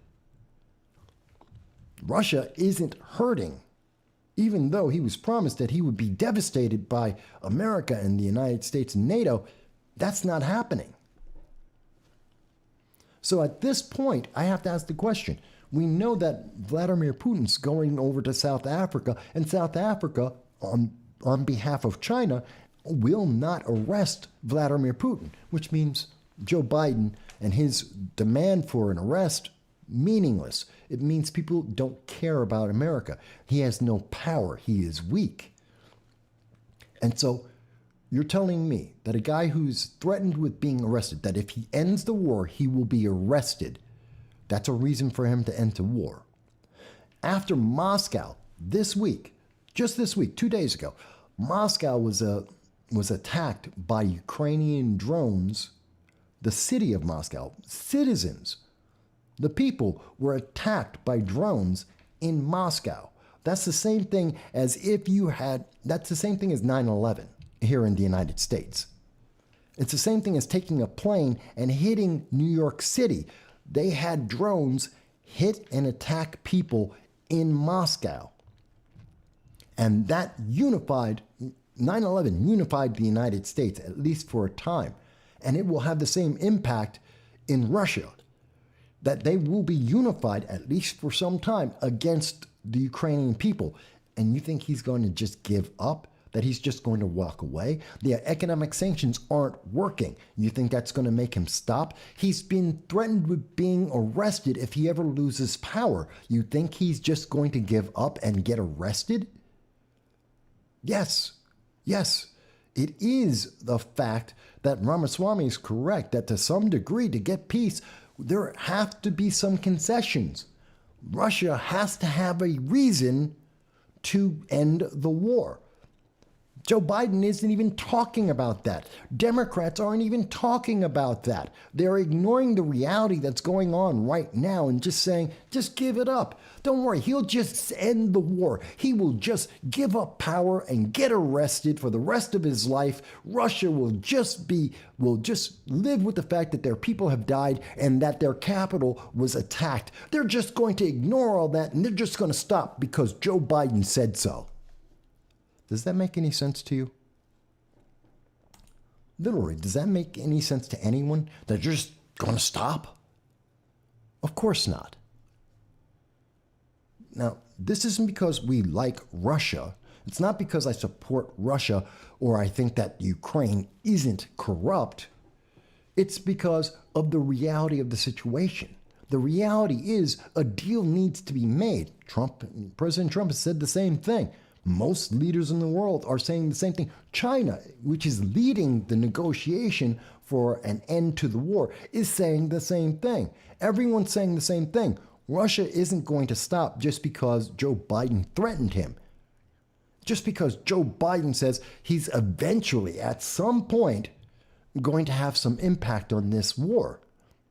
It's not going to happen. So, I'm using that as an example to understand what's happening with domestic policy.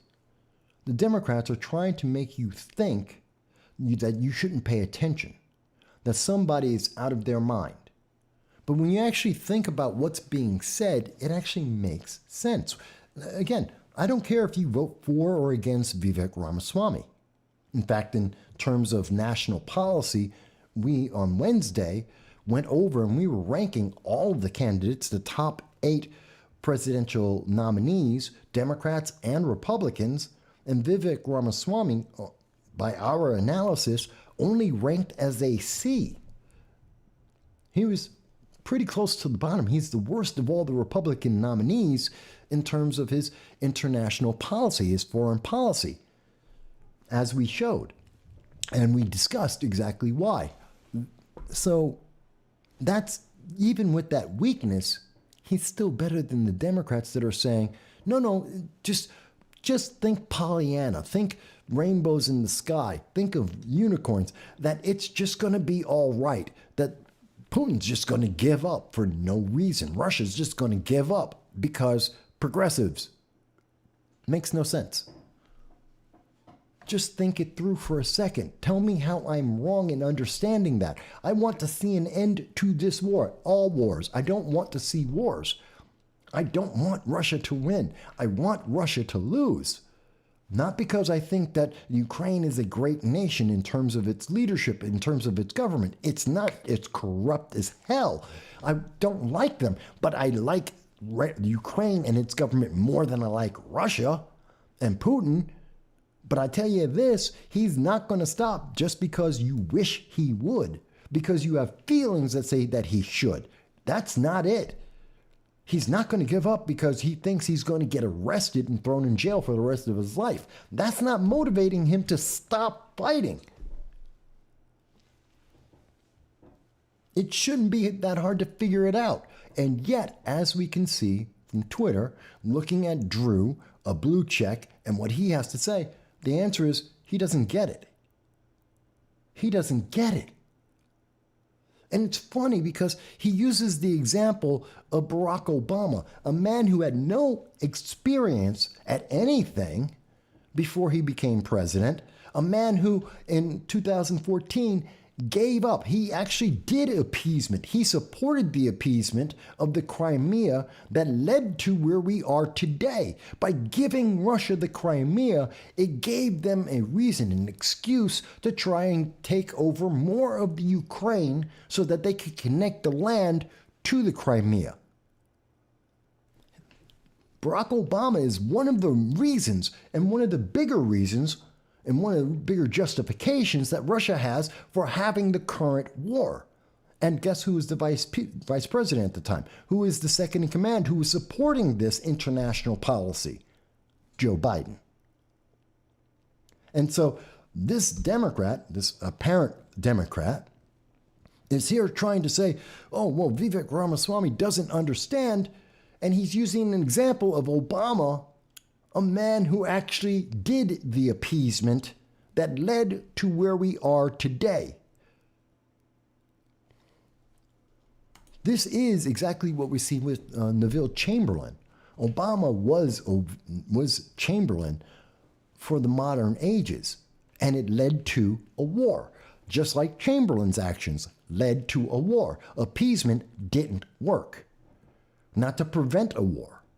Would it work to end a war? Not exactly, but then again, that's not what Vivek Ramaswamy, that's not what any nation is saying right now. But you have to give them something, otherwise they're not going to stop. That's just the reality. It's cost them lives. It's had an attack on their capital. Let's be realistic, folks. You can't just tell them, we feel like you should stop. That's not going to work. Your feelings don't matter. If there is anyone who disagrees with me on that, if anyone is looking at this and says, no, Mike, you're missing a point, please tell me what it is. Anyone in the world. People who are watching this in India, in Peru, people who are watching it in Sweden, in Italy, people who are watching it in the United Kingdom, Germany, in France, Canada, across the United States, in California, Portland, New York, in Texas and Florida. I know my audience covers all of that and so much more. If you think I have misunderstood this, please tell me why.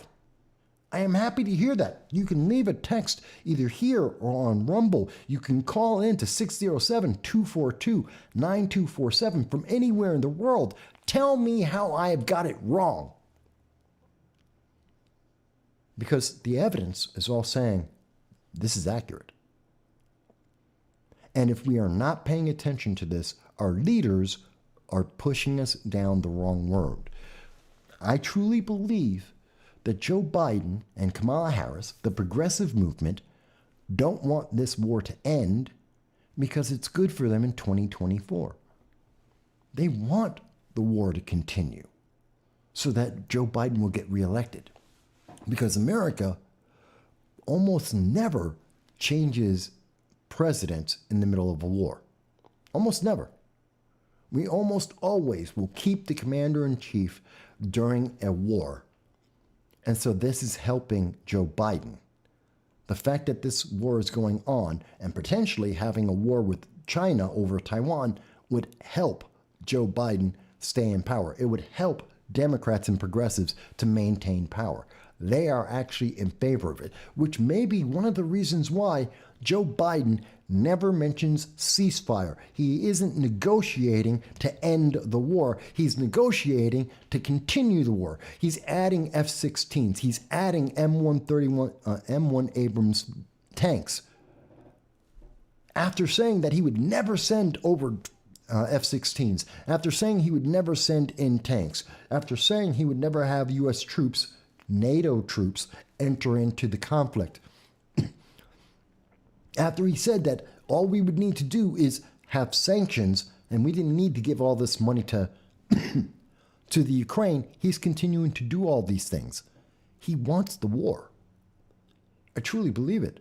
Joe Biden wants this war. Democrats and progressives want this war. It helps them get reelected. How am I wrong? If we are being honest with ourselves, if we are looking at the evidence, we're seeing them try to continue the war. Vivek Ramaswamy, President Trump, are actually trying to come up with solutions to end the war, as Biden and progressives are looking to extend the war. There is a big difference there. We need to have this conversation, America. Which one do you prefer? Do you want to see the war continue just so that Joe Biden could get reelected? Or do you want to see some level of peace, some level of ending the conflict?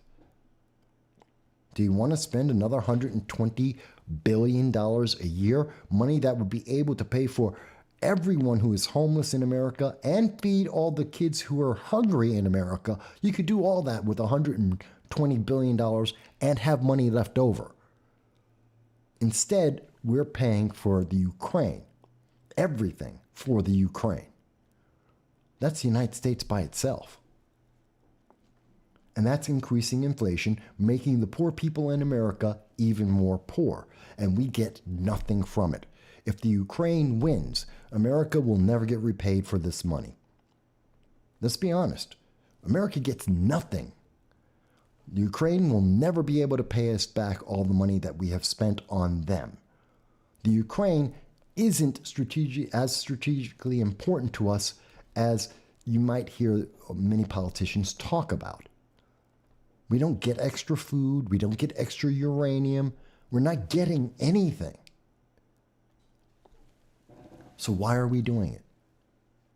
Because it's political, because of elections.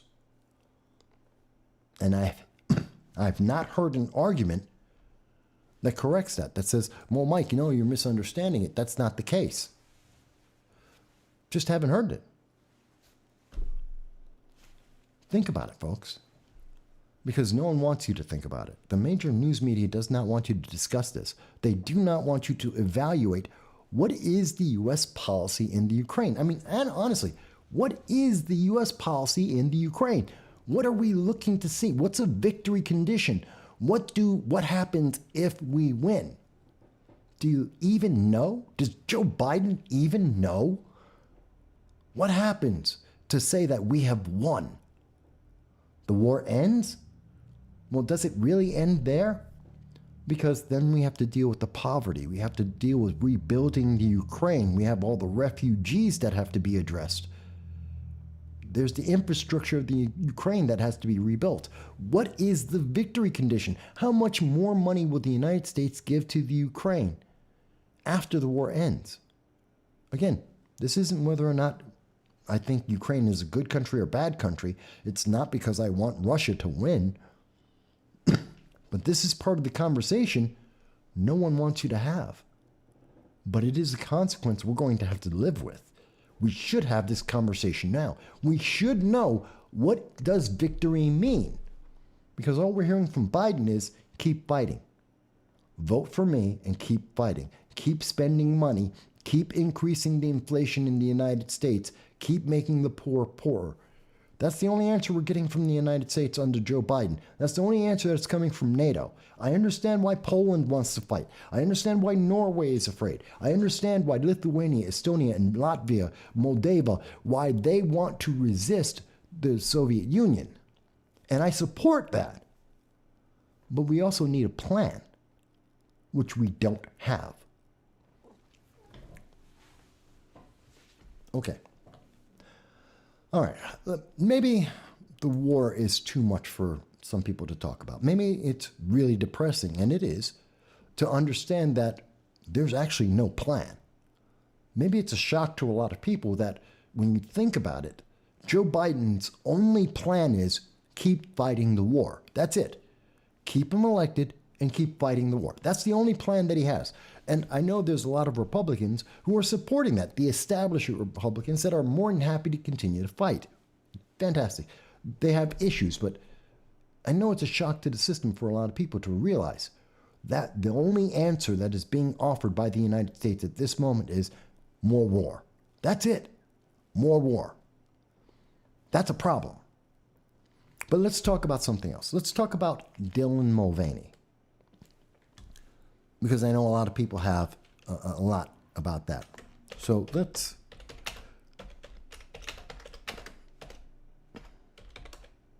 hang on one second. So let's move on to Dylan Mulvaney, because that's an interesting little topic right there. He's a very interesting individual. Obviously, he's become very popular at this time, and a lot of people are familiar with him. I don't know that, it's really interesting to me. Dylan Mulvaney, for over a year, has been a caricature of women. I think that's undeniable. We've seen the videos of him on TikTok and other social media. We've seen how he has portrayed himself and what he believes are feminine qualities that he wants to display for the world. Fine. And we've seen the reaction of people supporting and not supporting Dylan Mulvaney, of not supporting the trans political movement. I want to be very clear. The trans political movement, not trans people, trans political movement, and the indoctrination of our children trying to convince 8-year-olds and 12-year-olds to chop off their genitals. And quite honestly, the whole argument came about not because of Dylan Mulvaney, but because Dylan Mulvaney supports teaching kids to cut off their genitals. And that's when the line was drawn. And it's not just a right versus left kind of issue. We know that. How do I know that? Look at the loss of money for Disney that are trying to indoctrinate our kids. Look at the Little Mermaid and how it's failed. Let's look at Target. Let's look at Bud Light. Let's look at M&M's Mars. Every single one of these corporations that decided to become political, every one of them that have been sucked into the ESG movement, social credit, and socialism, and the identity politics, every single one of them are failing. There isn't a success story out of the bunch. Every time they have done this, the public has said no. Because the public doesn't trust them. And you know what? You shouldn't either. Why? Because eventually the truth comes out. Just like the truth came out from Dylan Mulvaney when he admitted that he isn't quite as trans as he wants people to believe. Let's take a listen here. I want you to hear this. It's not very long. It's about 24 seconds. I want you to hear this whole thing so that you can hear this. This is Dylan Mulvaney off of his TikTok account. Listen to this. So I recently told my parents that I may be a little bit romantically interested in women. And that was a big shock for them, considering the past 10 years of coming out as gay, then queer, then non-binary. So he's gay, he's queer, he's non-binary, except he's straight. Isn't that interesting? He's gay, queer, non-binary, and straight. He has covered every single one of the political check boxes you could possibly have. He is everything all at once. Okay, let's keep going. Then trans. And I think it was just a bit of a shock. So I tell my dad and he goes, well, I would love to see you get a woman pregnant. And I said, oh, no. She would be getting me. So this is interesting. Now he's pushing the idea that men can get pregnant or male biology can get pregnant, which is impossible. Men can't get genetically male.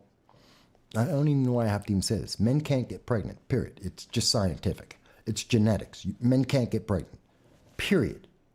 The science is clear, and it's been clear for the existence of human beings, of men and women. Men can't get pregnant. You may not like that answer. You may want to feel differently about it, but the fact is men can't get pregnant, period.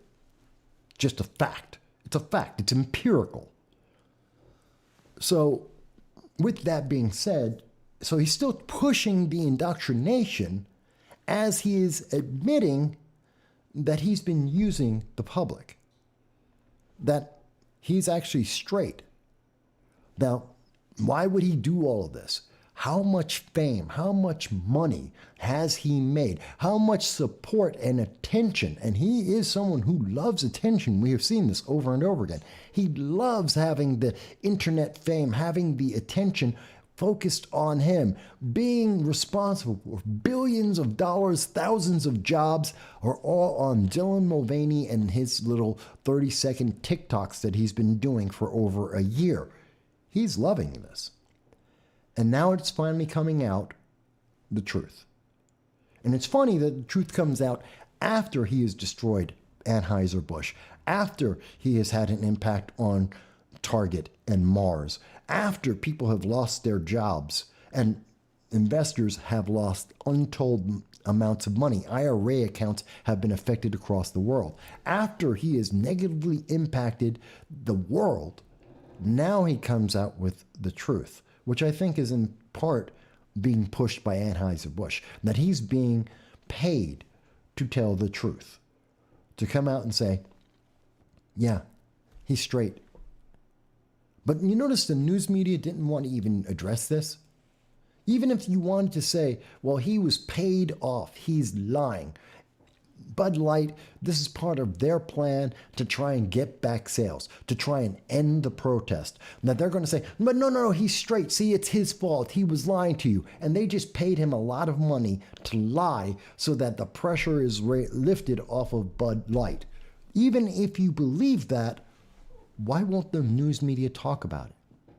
Why did the news media drop this story? They barely mentioned it and they let it drop immediately because they didn't want you to think about what it means. They didn't want you to think about how you have been used, the same way that BLM used the public as well. And the fact is, BLM did it too. BLM was using the public just as much as Dylan Mulvaney and the trans political movement have been using the public. The same reason that the minor attracted persons or pedophiles have been using the politics, this feeling, this emotional manipulation for their advantage against you. They're using you to get fame, to get wealth, and to change your children. And the news media doesn't want you to understand the consequences. Because, think about it. Dylan Mulvaney can switch at the drop of a hat. In 30 seconds, he went from being In 30 seconds, he was gay, queer, non-binary, and now he's straight. 4 different positions in 30 seconds. 30 seconds. And your kids are supposed to understand this? What if your kids did what Dylan Mulvaney wouldn't do? And now we understand why. Dylan Mulvaney did not chop off his genitals. Gee, do you wonder why he didn't do that? After all the money that he got, which means he could have afforded it. After all the support he got, which means he could have got doctors around the world to do this, to have these operations. Why didn't he move forward with his conviction? Because he, at the end of the day, knew he was straight. That's why he didn't chop off his genitals. That's why he has never completed transition.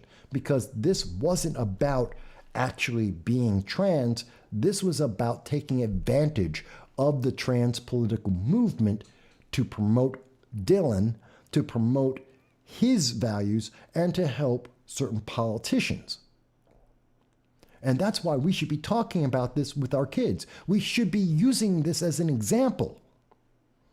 That, oh, you think you're trans? Well, here's one of those here is a famous, world famous, internationally, impacting the world internationally.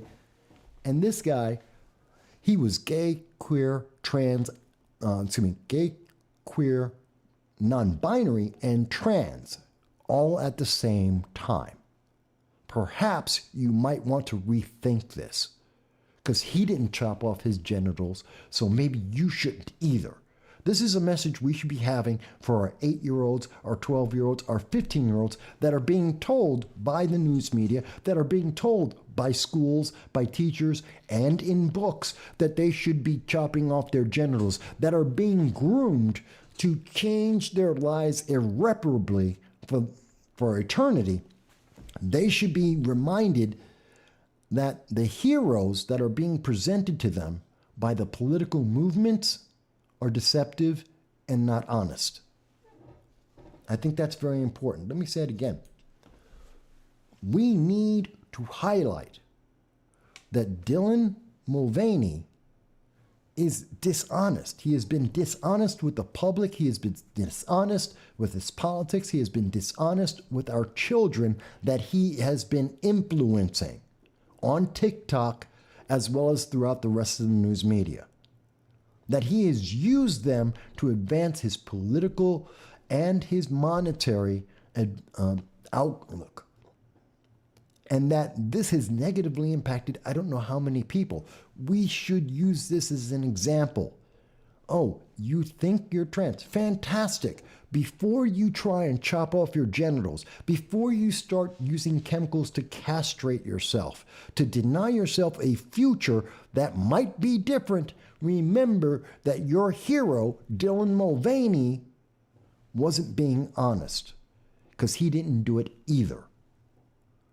And Bud Light and the other corporations under this ESG trap should consider that as well. Before you start deciding that you want to go down this path of trying to indoctrinate the public, maybe you should look at the fact that the people you are using as your spokesman are using you, just like BLM, Patrisse Cullors, the entire BLM movement, $90 million that they used to buy 6 mansions, to give multi-million-dollar contracts to their family members, so much so that the organization is going bankrupt and they have turned around to say, hey, give us more money because we're BLM. Because if you don't, you're a racist. That's the entire BLM movement. If you don't give us more money, you're racist. By the way, we spent all the money on getting ourselves hotels and buying ourselves mansions and taking care of our family and our closest friends. That's bribery. That's coercion. How am I wrong? Does anyone think I am wrong about that? Because I think that's very clear. I think it's absolutely clear. But the news media doesn't want you to think about that. They do not want you to have that conversation, which is why they killed the story. They killed it instantly. They did not want you to think about this. They don't want your 8-year-olds to say, well, maybe I'm not trans. Maybe there's something else going on. Maybe I need to think about this a little bit more. I'm not saying that they're gay, straight, or anything else. I'm not telling you what to do with your body as an adult. But I am saying that the indoctrination, this should be a message for every single kid under the age of 18 that has been convinced by the news media, by entertainment and entertainers, that have been convinced by social media that they must chop off their genitals. Before they start doing that, they should see this and see, hey, look at this guy. There's a reason why he wouldn't chop off his genitals. Maybe you should reconsider. Maybe not everyone who is telling you that you should chop off your genitals, that you are one of 121 different genders, maybe they're not being honest and true with you. I mean, is that too much to ask for? That's the thing. I think there really should be. This 30-second TikTok clip from Dylan Mulvaney should be promoted across America at every single school. And every single teacher should have to explain that this guy was using the trans political movement. He was using the LGBTQ. He was using it for his personal advantage. And maybe, just maybe, fame isn't worth it.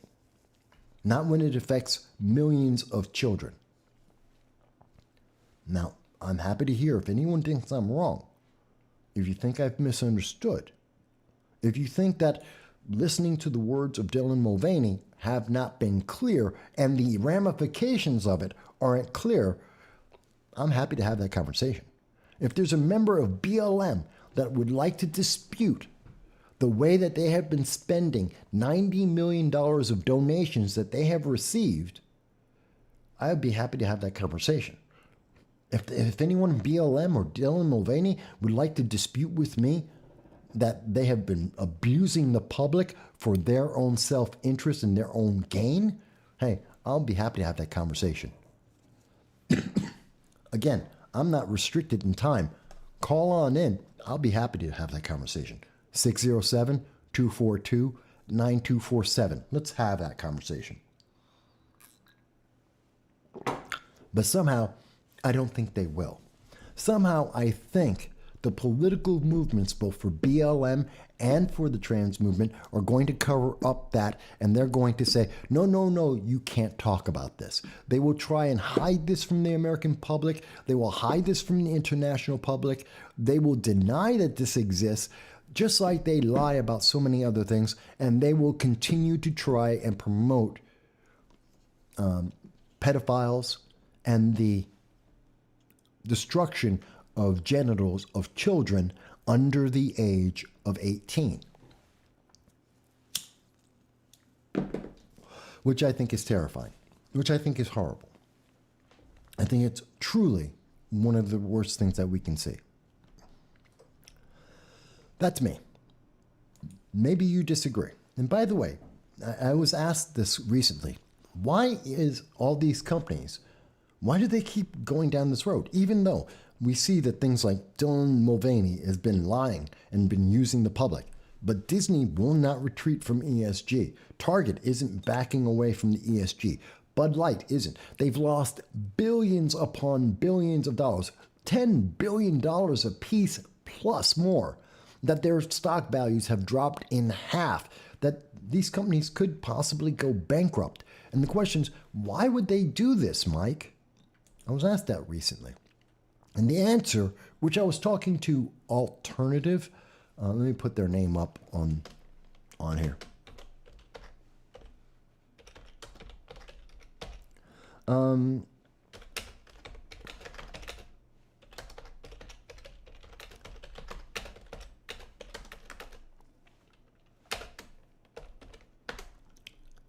So just for everyone to know, Alternative, they're a channel on YouTube, and I did an interview with them this week in which we were talking about the ESG movement and how it's been supporting and why it's been supporting the progressive push towards socialism. And why are companies doing that? Why is Disney doing this, even though it's damaging them? Anheuser-Busch, Target, M&M, Mars. Why are they doing this even as they lose money hand over fist, billions upon billions of dollars and stock value? Why are they doing it? Well, it's because of things like this is a conversation with BlackRock. And Larry Fink made it very clear in his message on this, and I'm not going to accept their cookies, so that's why you're seeing this screen up here. I'm not accepting their cookies.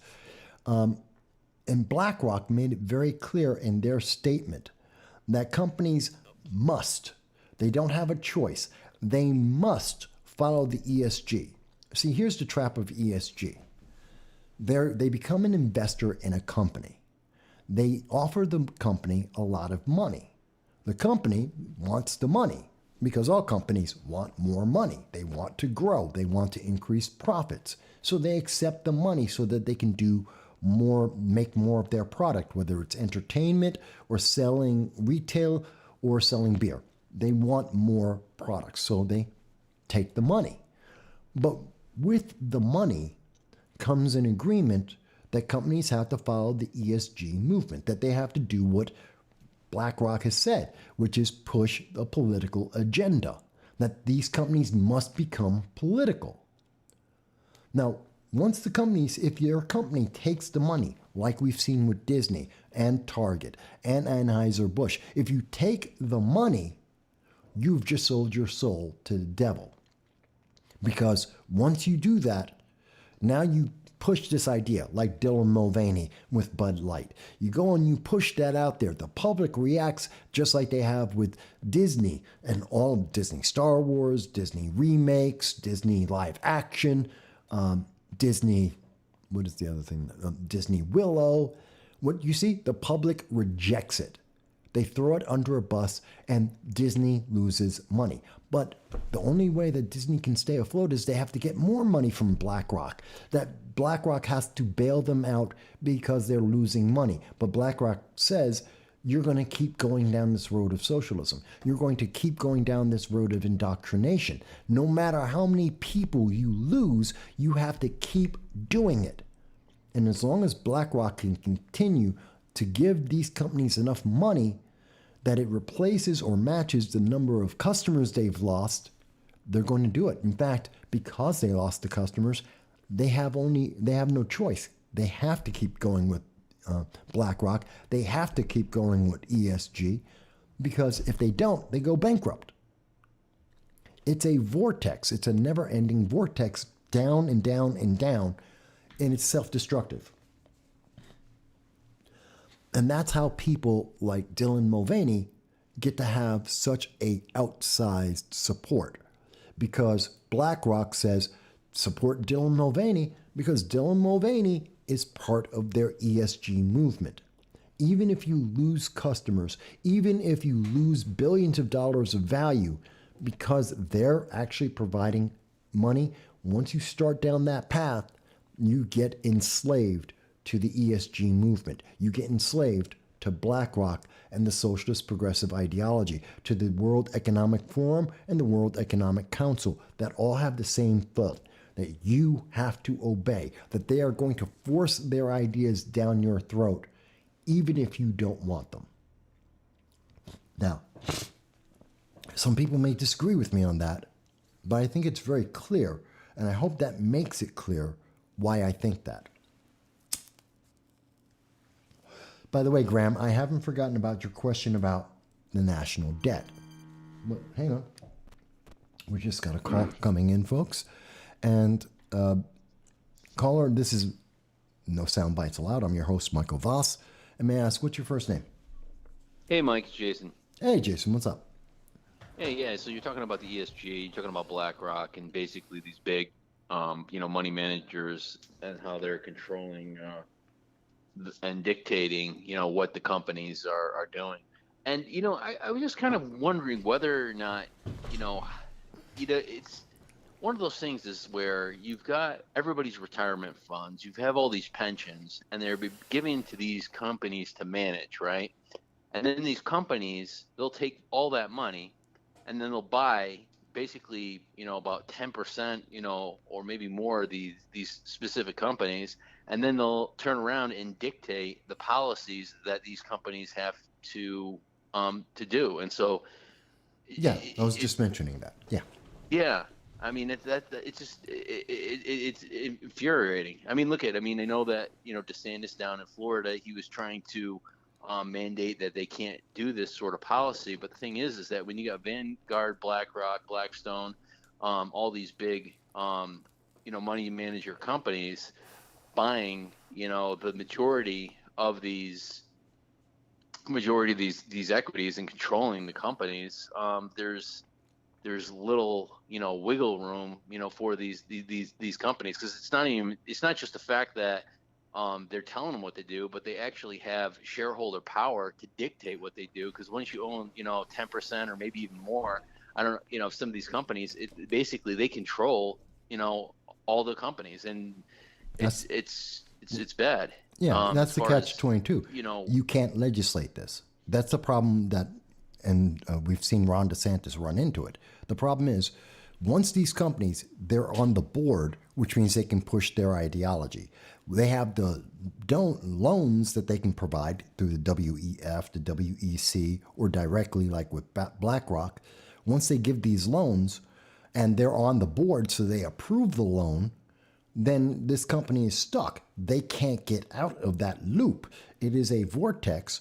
And the more that they are forced to do this, the more they become dependent on the WEC, the WEF, and people like BlackRock, the more that they can't, because they don't have the customers anymore. And so they can't get out of that loop. It's a way to create a slave. They economically have turned Disney into a slave to socialism. Well, I think every company's in jeopardy of this, because look, the simple fact is that everybody who has a pension that works for anybody who has a pension that's going to be controlled by these big companies, they're able to take your money, your retirement, and use it to control all these companies, because they can basically buy them up.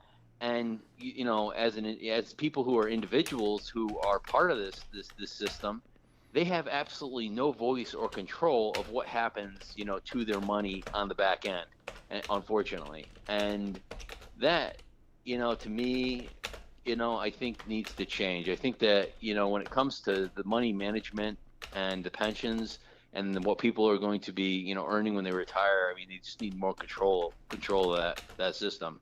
The problem is it's too socialized, and it takes it away from the individual, and that's why we're getting the system we're getting. And it's completely, we know that in the long term it's completely failing our country and our economy. And I mean, you've pointed out to some of these things here with what exactly is happening. I mean, as far as Disney though, I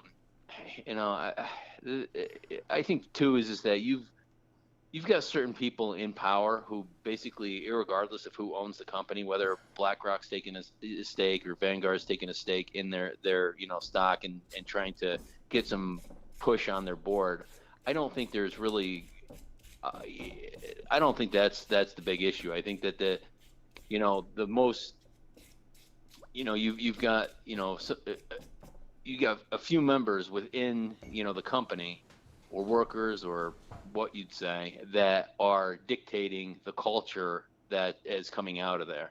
And unfortunately, this is one of the problems, though. Again, I suppose you could say is right with Vanguard and BlackRock, because the thing is that in any normal, free economy is that once, Disney starts producing content nobody wants to see, then Vanguard and BlackRock and these, large, companies would start pulling money out of them. And then what would happen is that these companies would start to fail. And what they're going to do is they're going to change their position to actually try to, regain faith, to their shareholders, so they actually keep investing in them. Well, But here's the thing. It's a little bit of a chicken and egg because you mentioned something interesting. Is it because of the middle managers in the companies, or is it because of people like BlackRock and ESG, the World Economic Forum? Which one is the thing that starts it? It's the chicken before the egg. And I think it's this way. What you see in many cases is, these people get hired by the companies. So, like the people over at Bud Light or Kathleen Kennedy over at Disney, as examples, they're working for the company, but they've been working for years and moving themselves up throughout the entire process, not really sharing their political ideology. And then you see organizations like BlackRock, and when they come out and they say, okay, we now have a 10% stake, we're pushing this ideology, and we're giving the loans like the WEC and the WEF, and now they've got their fingers in them. That's the moment that you see people like Kathleen Kennedy, as an example, come out and then say, okay, well, since you have to do this, because that's what your board wants, it's because of the grant and the money that you just took, I'm the one who knows about this ideology. You have to support me because that's part of the mission of BlackRock, of these organizations. And here's all the things that we should do on this ideology I already agree with. So it's these groups, these political, financial political organizations that are capitalizing on the undercurrent of all these people who've been trained through high school, through college, through their college professors to have this ideology. And as soon as they see that window of opportunity open, people like Kathleen Kennedy take advantage of it, which hurts the investors, which then starts that downward spiral where they keep pushing the message, but the board and the donors are continuing to fund this downward spiral because they don't care if Disney goes out of business. They don't care if Bud or Anheuser-Busch or Target, they don't care if they go out of business. They'll just replace them with another company. The idea is they want to indoctrinate the children. That's why everything is targeted towards those who are 25 and younger, whether it's beer and entertainment, candy. It's all targeting 25 and younger. It's indoctrinating the next generation or two so that they will never question these ideas once they grow up. Does that make sense? Yeah, it does. I mean, look, marketing and advertisers usually always, target the younger generations. That's just something that's always happened. I mean, I think that the big problem here is that there is no free market correction in the behavior of what these companies are doing. I mean, you do actually see that a little bit when it came to the Budweiser, because literally people were looking at, Bud Light and going, you know what, I'm going to drink, Coors Light. And that was evident because when you actually look at the sales of Coors Light, it basically went up the same amount that Bud Light went down. And so people basically were able to cross the aisle. But I think one of the problems is that with companies like, Disney, I mean, yeah, you still have that situation where I suppose there's other options, to go and to consume content. But I think that it's difficult where you're talking about these big, money manager companies where, I mean, the thing is that they themselves need to be punished, for not actually producing for their own,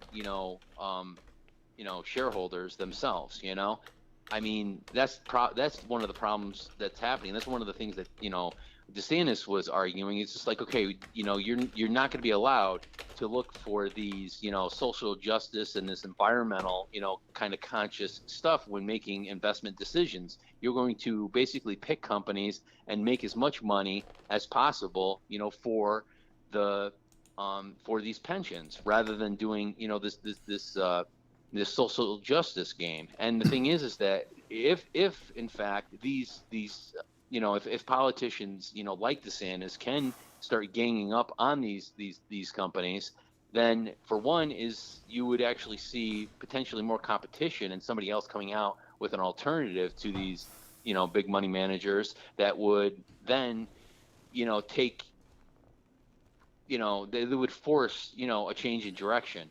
I don't think so. I don't think so because No, look at Mike. let We me. got an example of where this just happened when it came to YouTube.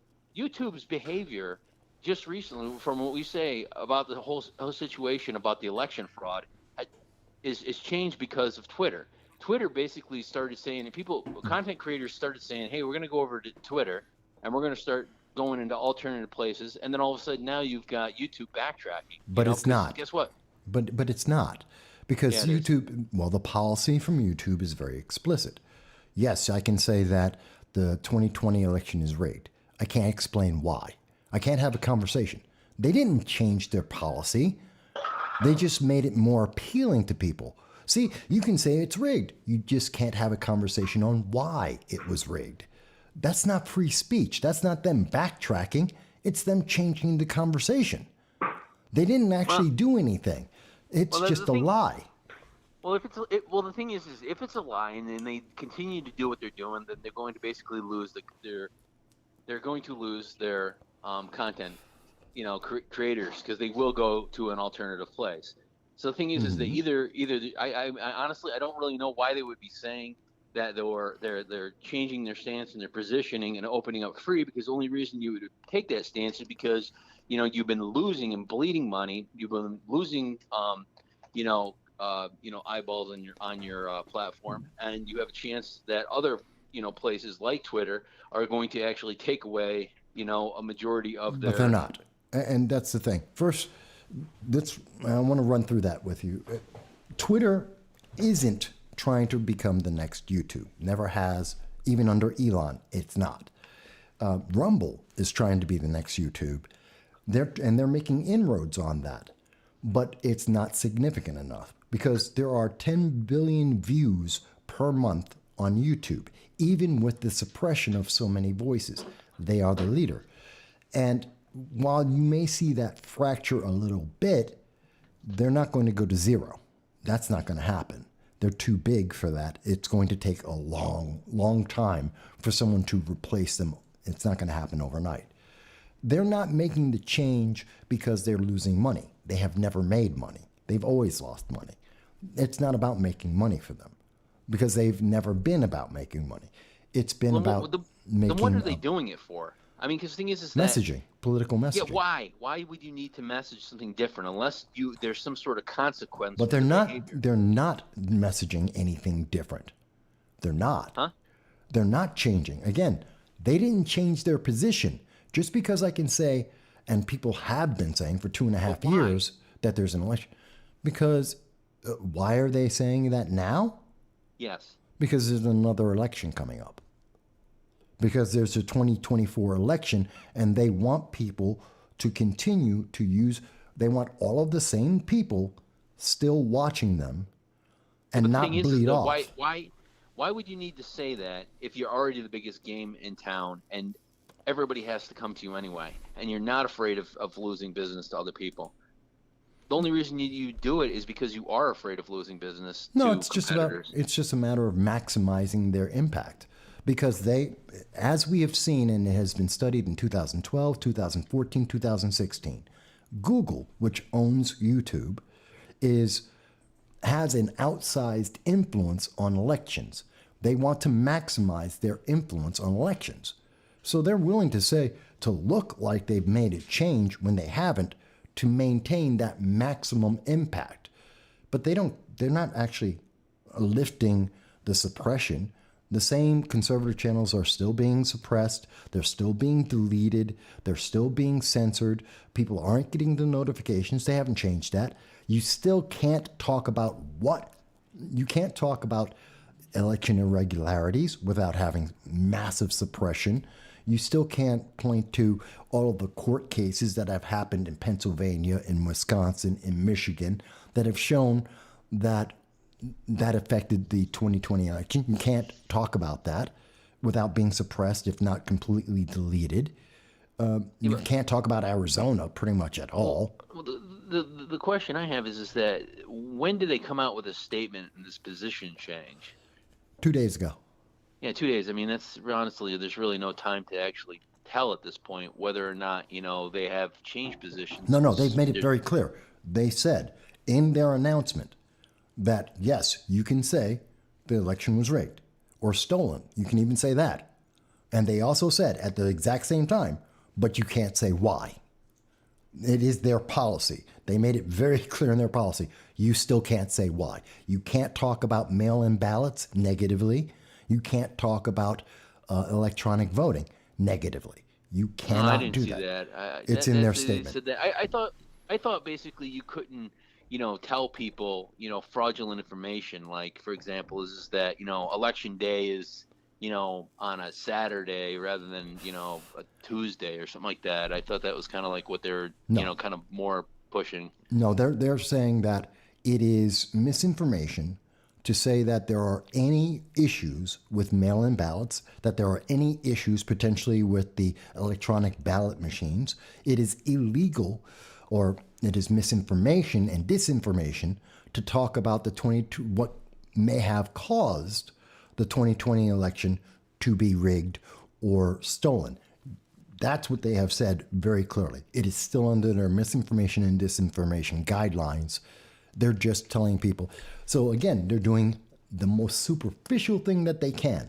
They're saying, yeah, we're going to let you say what people have been saying for the last 2.5 years in different ways. We're going to let you say it openly. But by the way, you can't try and convince people why you're right. Yeah, I mean, the thing is, though, is that the bottom line, though, is that without competition, without Rumble, without Twitter, without some sort of external pressure that forces them to even say this, I mean, like I said, I don't believe there was, if Elon didn't own Twitter, if there wasn't a Rumble, then, But look at the Google wouldn't be forced to make this call, wouldn't be forced to do this, not unless they're afraid that, No, they're not Republicans are going to put them in front of the court. No, you can look at the numbers. You can look at the numbers very clearly. And Twitter, both by what Elon has said and by their actions and their technology, they're not moving into the online video space. They're not doing it. In fact, they've been shrinking that space that they already have existing. So Right. Twitter's not a competitor on that arena. And Rumble is growing, but they are a fraction of the market. In fact, even TikTok is a fraction of the market, and TikTok is exclusively shorts, which is fractional to them. No, what they're looking at is something is more political. Well, this is the thing, though, is just that if you can't obviously get your message out through video using YouTube about your opinion on the elections, then you're going to go to a different platform, and it not necessarily is going to be, with video. And so again, if people want to rant and rave about, the way that the, counts being handled, or elections are being held in certain areas, I mean, they're going to be able to open their voice and have their opinion on, Twitter. And if that conversation is happening on Twitter, well, it's not happening on YouTube. And again, I think if again they really even care about the number of views and users on their platform, then they would want to gain that sort of attention. But they're not, and that's why they don't have a problem. I mean, it's you have to look at the total exposure. What they're looking at is to maximize. It's been estimated in, I believe it was 2012, and I'll even look it up for everyone. I believe it's about 12. They have about a 12% impact. Google, through YouTube and the search engine, about a 12% impact on elections.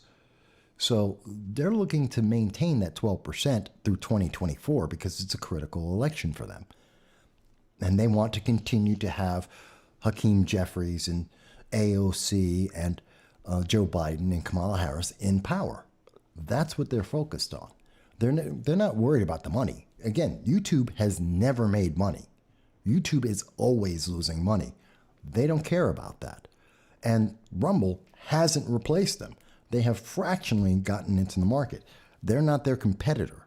If anything, the only one who's a competitor to any degree is TikTok. And TikTok is just as much in the same vein, except it does it easier with a generation that's ADHD, or told that they have ADHD, a generation that's been trained to only listen to headlines. That's why they've been moving towards shorts. They don't care, but there is a large number of Americans that are actually willing to listen to more than 30 seconds of a conversation.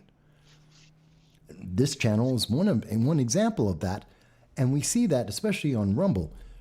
But the percentage of people who are going to Rumble or onto BitChute or onto Odyssey, which we're on all of them, the number of people who are going to those formats is minuscule.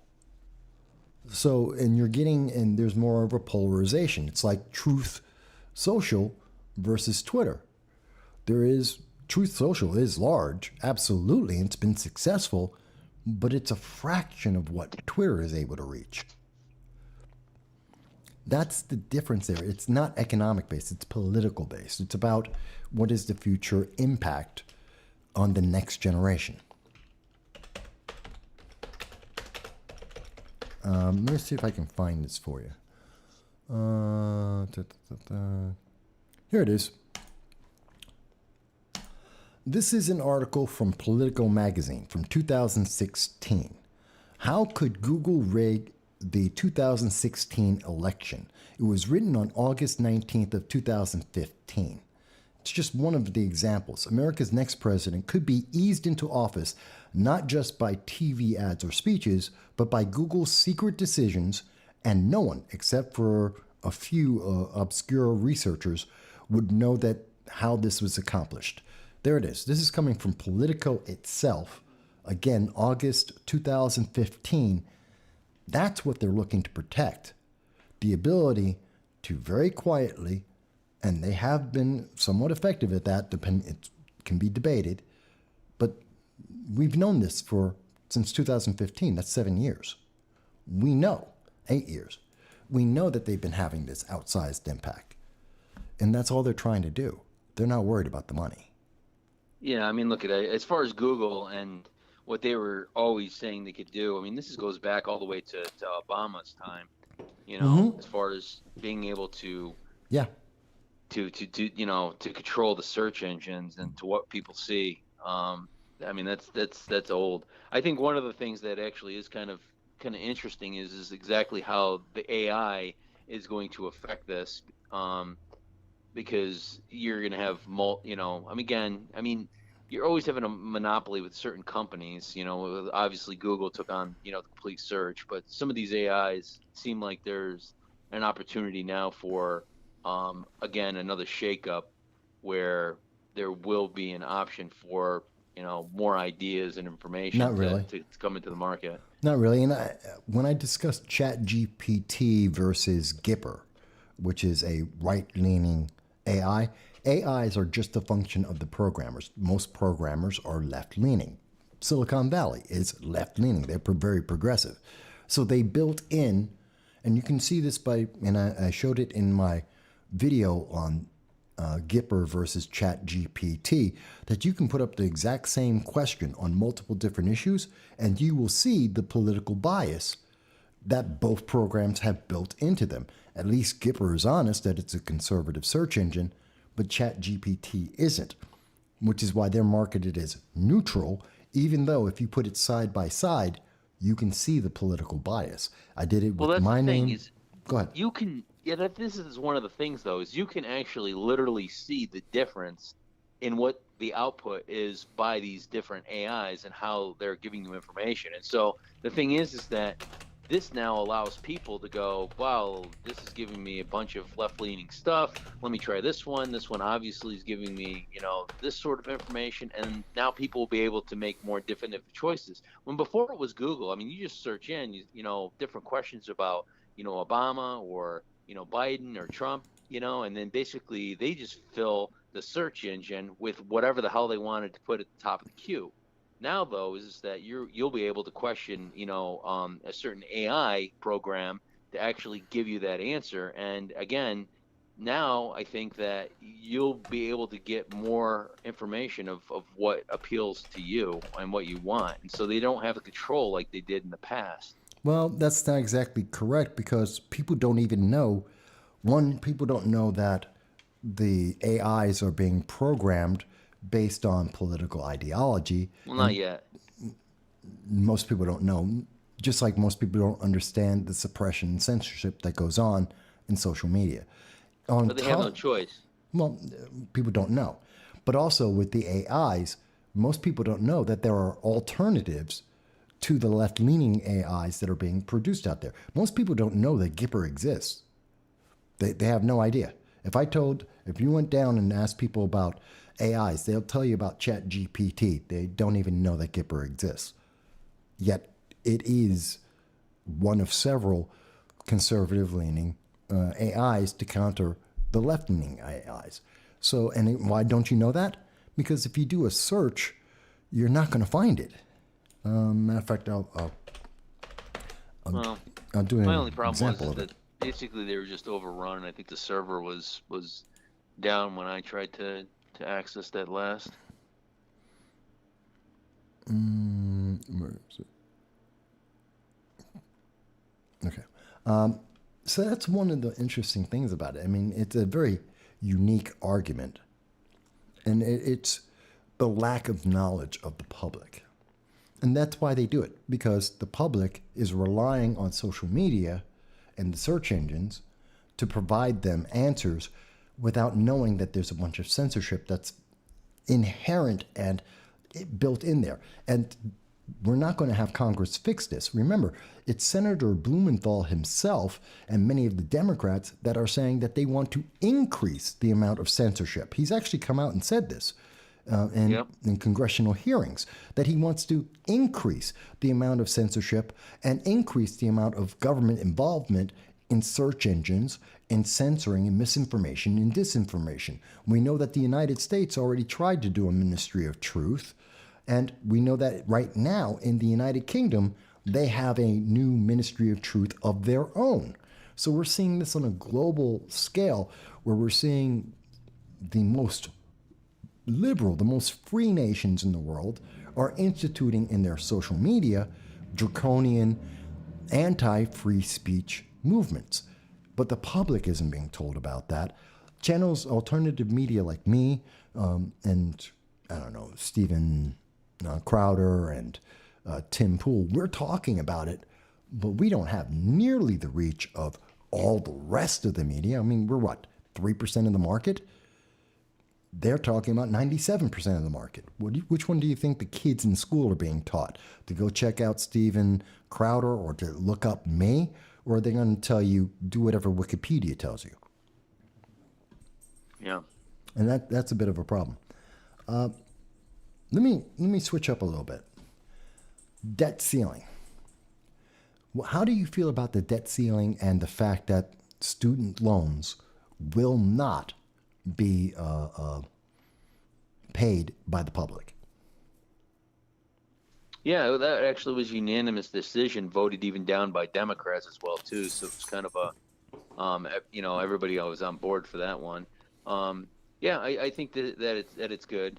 I think economically we're definitely going to see some impact, as well too. Hopefully this situation will actually decrease, inflation, because obviously once they have to start paying their student loans, then it takes money out of the system towards other things that they've been spending money on rather than that. So again, inflation, hopefully will get underhand, and then they can get a better adjustment on our interest rates, and help more stabilize the rest of the economy. But I don't see that happening. I don't see that happening because by increasing the U.S. Debt ceiling, what they have guaranteed is that our debt will increase by 8%. That means inflation. They're going to print 8% more money, and that's going to be inflationary. So the poor are going to get poorer by 8% between now and 2020, 2025? January of 2025. And on top of that, they've also already, even though 56 of the senators voted against this, including Manchin and what were the top three? Manchin and what's her name? The so-called independent out in Arizona. Why am I forgetting her name now?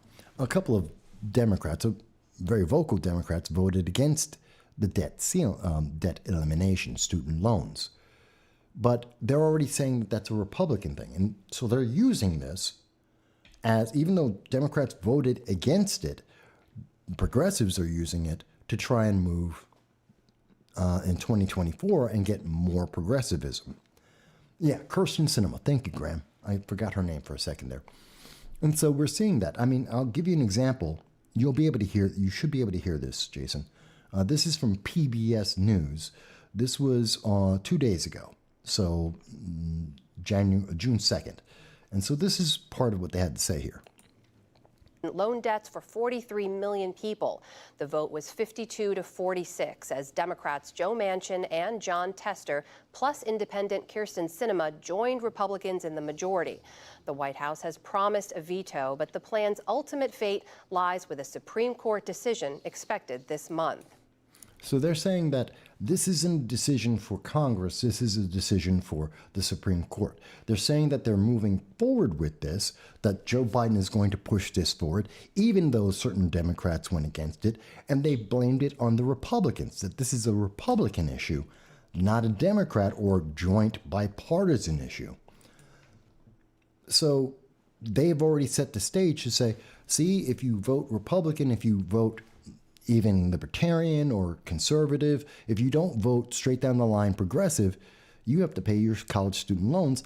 And as of today, there is news out that the students aren't paying their student loans, that they don't plan to pay, which means there are going to be a lot of defaults, which again will be even more inflation because the government will step in to protect the universities and the unions at the schools and education, and they're going to protect them. It's going to be another bailout, which means even more spending and even more inflation. So we're looking at 8% inflation as a minimum. I think they have just screwed America. I hate this debt deal. Yeah, I mean, I don't know. I mean, I've done more research on what's going to happen within probably within the next week, as far as the way that things are going to hit. Because right now is just that they're putting out, I think, what was it, $500 million to $1 billion for T-bills that they're going to basically fund the Treasury with. And right now, though, is the Fed also is signaling that they're going to pause interest rate hikes and potentially even reverse them. So what that technically means is that these T-bills being issued right now are going to be at the peak interest rate. And so as far as like a secure, debt, if you wanted to buy, these T-bills, they're probably going to be at the highest, interest rate that you'd be able to collect on, until the Fed actually starts reducing rates. And so my theory is that, a lot of these banks and institutions are just going to run out like crazy and then, really just cause a massive suck, and they're going to buy these. And we could actually see, a potential, crash, not only in the market, but I think potentially some of the smaller banks might see, a massive exit really quick. And then you'll actually see the federal government having to try to scramble to bail some of these out, if they will do so. Because I know that Janet Yellen herself said that she doesn't really care about the smaller banks, which she only really cares about, like the big ones, the too big to fail ones. But unfortunately, what this will do, if they do let that go, all the small businesses that rely on these small banks will end up going under as well too, and that will cause this spiral effect in the economy. And all this technically could happen within the next week or two, or depending on how quickly the money moves for everybody to stampede to get this debt. Because like I said, everybody's projecting that this is like the best it's going to get. And why don't you grab it while it's there? And again, this could just cause a massive crash. Well, they need to do another, because they're increasing the debt limit, because they're increasing spending. They need another infusion of cash to pay for this. So that's why they're increasing the amount of debt, trying to make it clear for people who don't follow this stuff a lot. Right. Because they're spending more, they have to borrow more. So that's why they're going to put out the debt. They're going to stop inflation, or excuse me, interest rate increases, so that people have a reason to buy the debt now, because otherwise, if I knew I could get 5% today, but if I wait a month, I'll be able to get 6% or 7%, why would I buy it today? Because they're saying, no, it's going to be at least 3 to 6 months. You're losing money if you wait that amount of time. So that's why they're doing that, to get fresh money in from overseas. But this is inflationary. This is going to increase the amount of poverty in America because it's spending money we don't have. And it's increasing the long-term spending that America is going to be doing. Again, this is why we're going to $35 trillion in debt. It's going to be interesting because at first what it's going to do is going to suck a bunch of money out of the system, and it actually may act, actual deflationary. The thing is then once the federal government kind of unwinds it, then it actually have the opposite effects. But the thing is that during this couple of weeks, like I said, I mean, there could be some pretty dramatic, pain, especially to, like I said, smaller banks, and then again, small businesses that are, pretty much reliant on the smaller banks. So certain sectors of the economy definitely will be hurting pretty bad. And then again, once they start unrolling it, my theory is we'll probably just see more stagflation, because you'll have more money rolling back into the economy after they kind of crash it. Because if they do break these banks and things really start to fall apart, then the Fed probably would be quick to actually not only stop interest rate hikes, but they probably would start, dropping them lower. And again, certain segments of the economy, again, they're just putting easy money back in there, and then they're kind of stuck in this place where it's like, okay, we've got banks failing and creditors and things falling apart on one hand, but meanwhile we've got a very hot economy in another sector, and we got high certain sectors of food prices and property and all these other things are getting inflated as well too, and materials, and potentially we would see a massive spike in energy cost as well. So absolutely. they're really just making a complete total mess out of it. I mean, they just don't know what the hell they're doing. Well, it's because they're not thinking of what's going to happen tomorrow. And they're counting on people paying attention to things like Joe Biden, like he was speaking about on, was it Thursday, Friday? I believe it was Friday, when Joe Biden came out and said, oh, the economy's doing fantastic. I created 13 million jobs. We've got a debt ceiling deal, and if we didn't do it, the U.S. would have been downgraded. We saved you $100 billion a year for 10 years, which is ridiculous. Because the United States, this is what Joe Biden said, and I'll play this in a minute for people so you can hear him, but what he's leaving out is the fact that the United States, we currently have $663 million in debt interest rate payments alone. This is just interest on the debt. And right now, $745 billion will be spent in 2024. We're going to spend $1.4 trillion. He's saving us $100 billion a year. We're spending $10 trillion. He's not saving any money, but he's making it sound like it, and he's distracting people to say, I created 13 million jobs. Everything's fantastic. Yeah, but unemployment went to 3.5%. As a matter of fact, if you look at the charts, this is from the Bureau of Labor Statistics itself, the number of small businesses is down versus the beginning of this year, down versus a year ago. The number of people working in small businesses is down versus earlier this year and a year ago. We are losing. We are in worse shape, and he's trying to distract people to make them feel like it's better. And that's why this debt deal is so bad. It makes people feel safe, and they're not. I mean, that's the way I see it. Do you agree? Yeah, I mean, when it comes to the job numbers, I mean, the federal government has been doing an excellent job at lying to us the entire time. I mean, look, there was a massive correction where, what did they say? There was like what was 2 months ago, they had to come out with a correction. There was $1 million $1 million job discrepancy, you know, and it's just like, you know, so basically there was, you know, they said, well, there was like 125 million, you know, jobs created during a certain time period, and then all of a sudden they had to correct and say, oh, nope, we were off a million. We didn't actually create the jobs. The reality is, it's 13 million people that went back to the job they had in January of 2020. Not that people suddenly, everyone stopped being mailmen and teachers, and they suddenly became engineers and carpenters. No, they went back to the same job they had before. They went back to the same business before. They got paid the same money they had before. Nothing changed. We actually lost doctors and nurses, and that actually made things worse. So they're lying to people about that. But it's interesting. Let me do this. Because I know we can talk about this more for a while, but I want to make sure other people have a chance to also speak. We've been talking about a couple of different issues. Was there anything about either the debt or initially in talking about ESG, anything about that, or even Mulvaney that you wanted to mention before I go forward?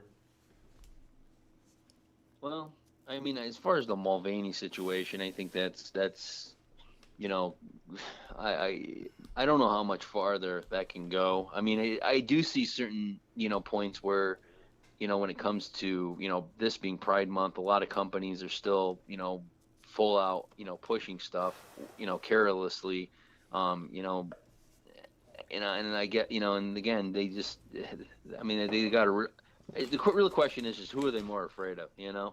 Are they afraid of basically the people who are going to, you know, destroy their business and, you know, threaten them because they're not doing it? Or are they going to, you know, be more afraid of those who actually say something because they are doing it? And with the whole Target controversy, I mean, we're hearing more backlash, you know, actually coming after Target now in massive threats by them, you know, not supporting, you know, these, you know, boy swimming suit tuck type things, you know?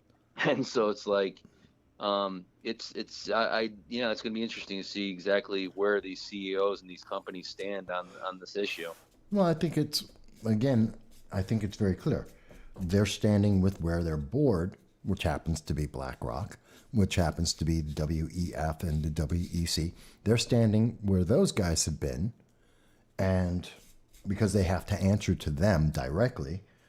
And it's not about the consumer, because the consumer, they believe, doesn't have a choice.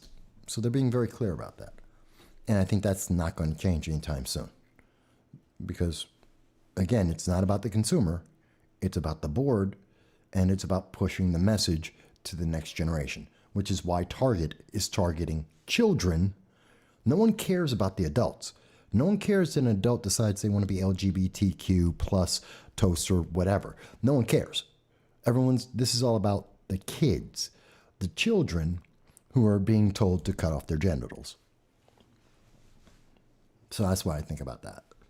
Yep. And so it's not going to stop. But let me go on. I want to talk a little bit more about the debt ceiling and see if anyone wants to call about any of these things. And I thank you for taking the time out both to call and also for your help. As I've mentioned over the last couple of weeks, that I am moving.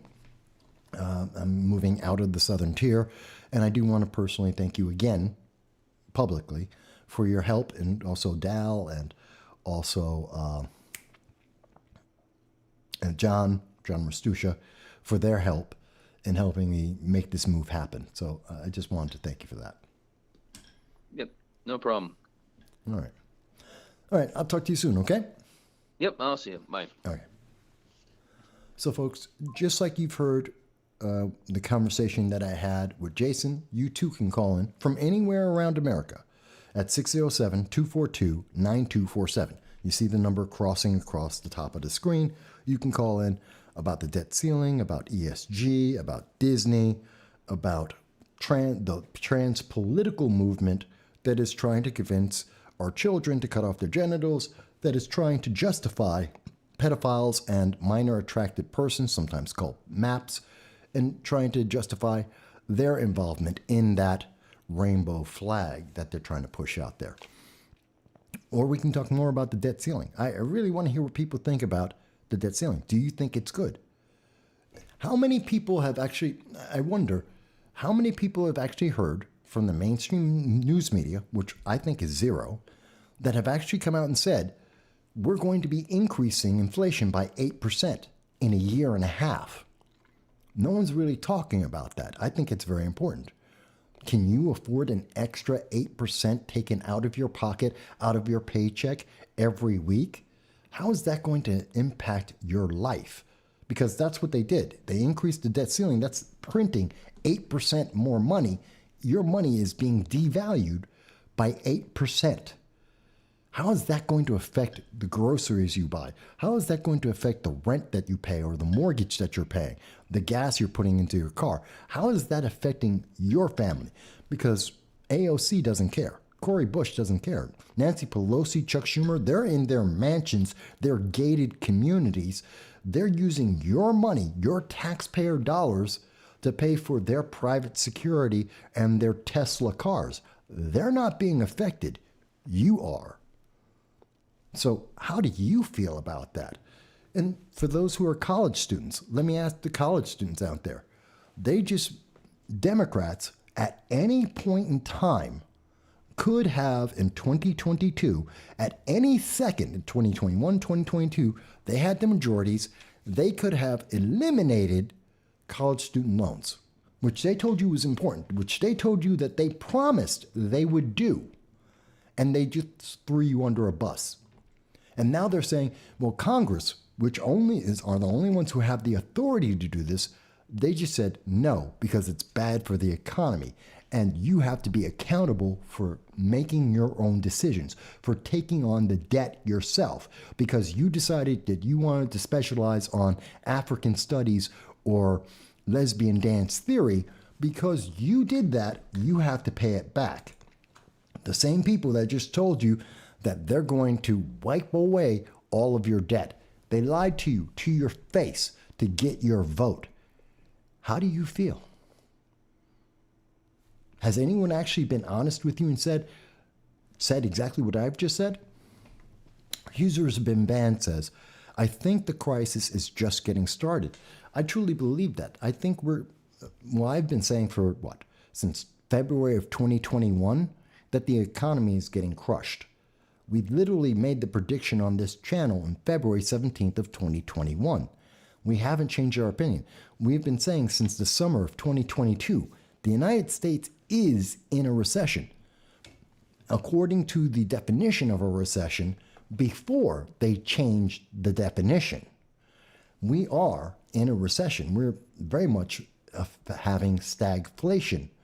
And it is hurting us, and it is going to continue until at least 2025 if we're lucky. And the fact that they're increasing the debt, they're increasing spending, this is the key thing. They're spending more. They increase the debt so they can spend more. They're not trying to get this under control. They're trying to continue to do what they've been doing, which got us into the problem in the first place.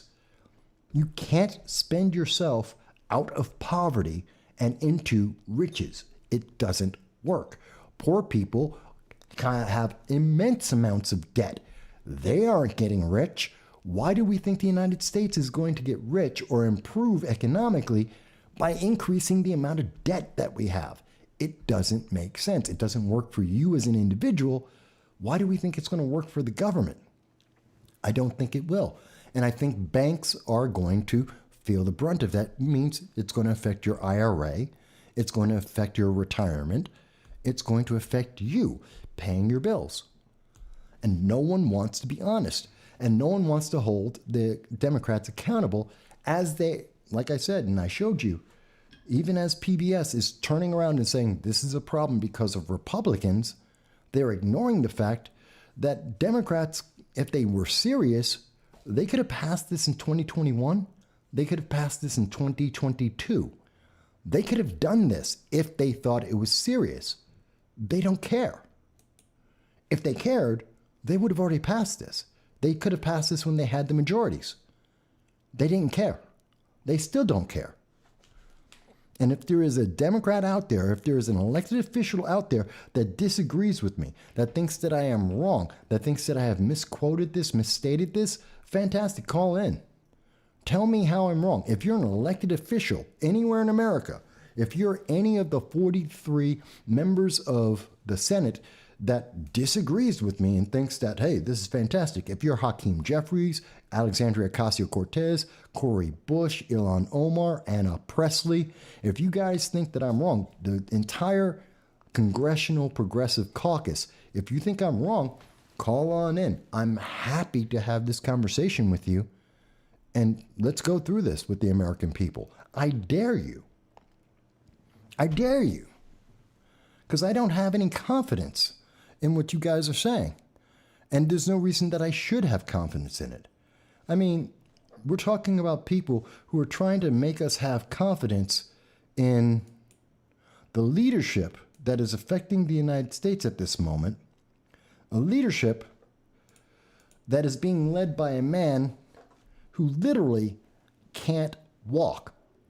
I mean, we've all seen this side of the screen, right? This is from Forbes, and That's you okay. can't see it. Let me see if I can. He will be joining soon. So this is from Forbes magazine. So we're up I want you to and emphasize live, it. and It it's looking streaming at this now. now. I apologize to everyone watching the video right here on YouTube, Twitter, This is Facebook, a top-down view. whatever And you the can see, internet and if you gods look will at it allow. carefully, you will see Because there is absolutely technology was nothing giving us difficulties. obstructing Joe We've got it Biden's resolved, speech. and I think He for the can walk patience straight of the across. students This is over flat at as Rutgers black can University. be. In fact, it has the Gabriel, black this grip is pads, your show. which are about 2 millimeters thick, to make sure that it's a non-slip surface. Thank There is you. nothing So, by Joe Biden's feet. And if Today you we'll look at that, have Michael Vasquez, an young expert man, on by the gun way, I control feel and bad red for this flag young laws, Air Force cadet. speak He about graduates to how get red to flag meet the laws are commander-in-chief. immoral At and the how highlight their of his day, implementation he has should led be able to show to this a to his multitude of family and his negative kids for the rest of his consequences life and for say, I got to communities shake hands across with the America. commander-in-chief,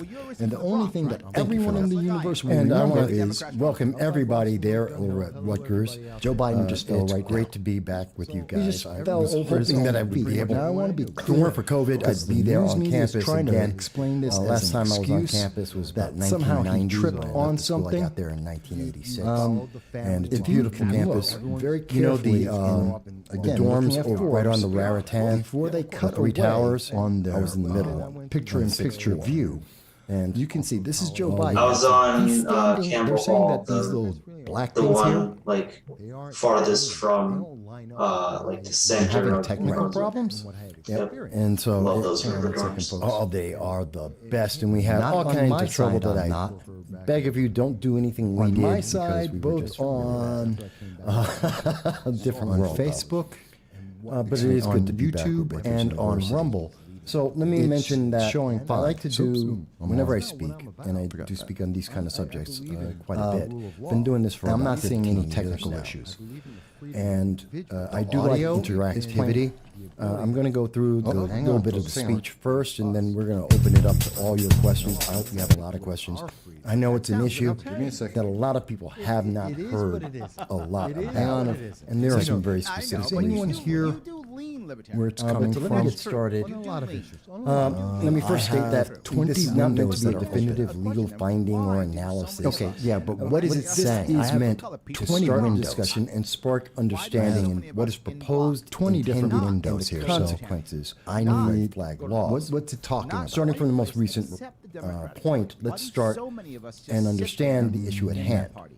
Red flag laws are also known as ERPOs, or also known as I need some help Extreme here, folks. Risk Protection Orders. Any of those names all mean the same thing. I'm trying to find And they it. are part of a larger issue I'm that's just one now guy, being so called I've the, got quote, common dozens of, sense gun control policy. Windows But here. what does that really mean? In March 27, 2021,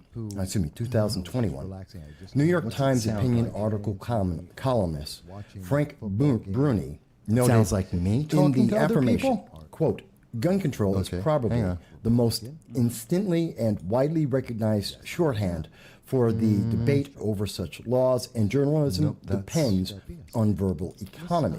Nope, that's not I it. don't Hang on. think gun control is the main thing standing in the way of additional measures to Sounds protect like you're Americans talking to other from gun people. violence Okay. and to diminish the number and near instant I'm trying to find it. availability I of guns apologize. in a country crazily apologize. saturated with them. I'm one guy. How we write and talk trying to handle about any issue 20, that 30 different engenders channels. passionate disagreement is, end quote.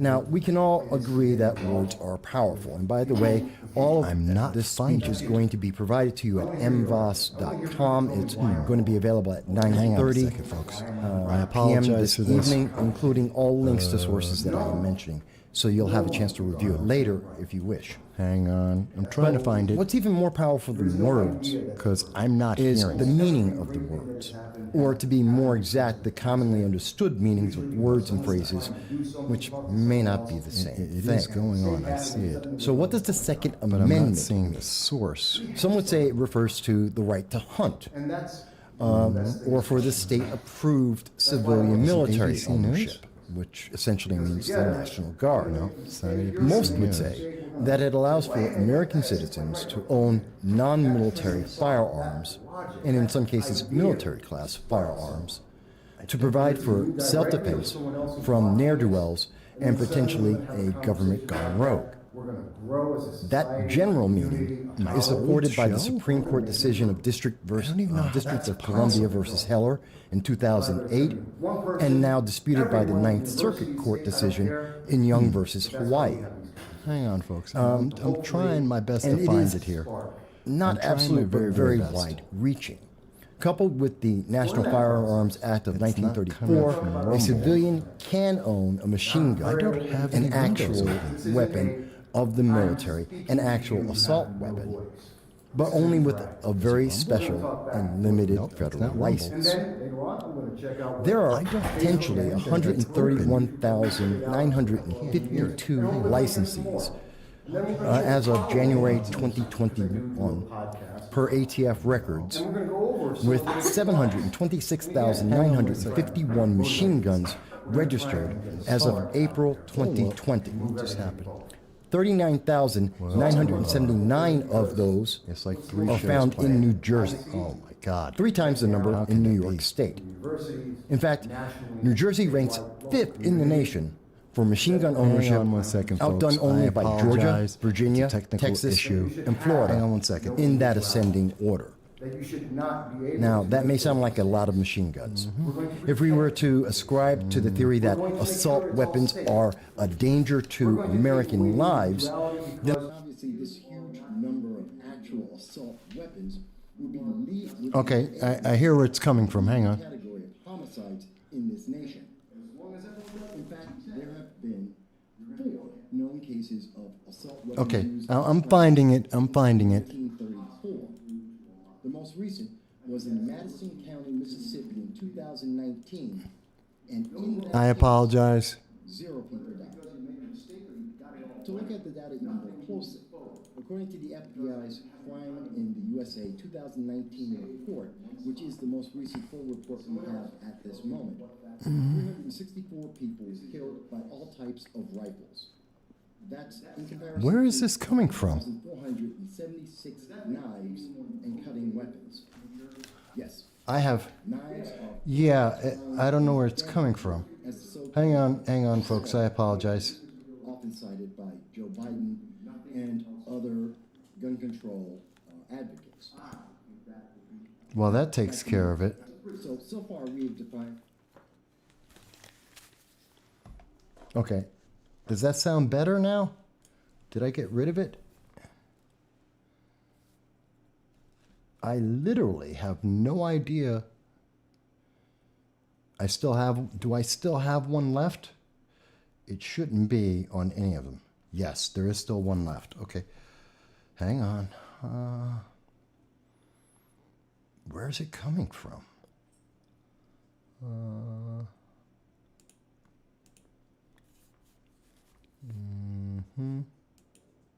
Now it's good? Okay. Okay, now it's good. I apologize, folks. I have no idea where that's coming from on my system.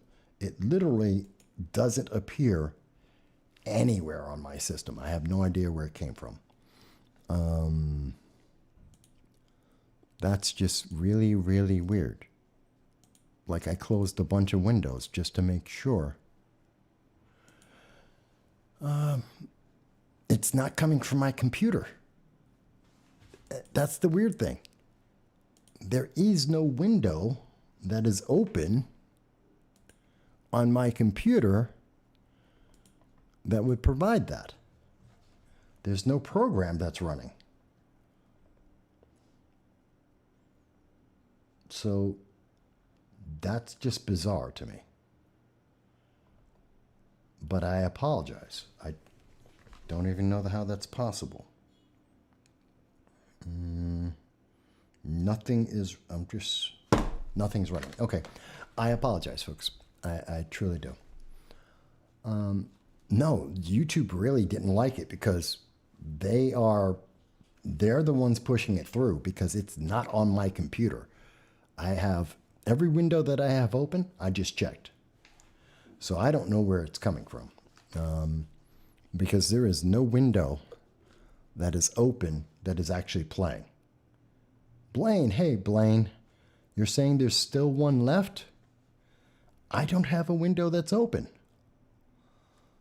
Folks, there's literally no channel that's, I'm just showing everyone so you can see it for yourself. There's no channel that's actually open right now that I have with any sound. There's literally no channel that I wanted to talk about or that I have available that has any sound going at this moment.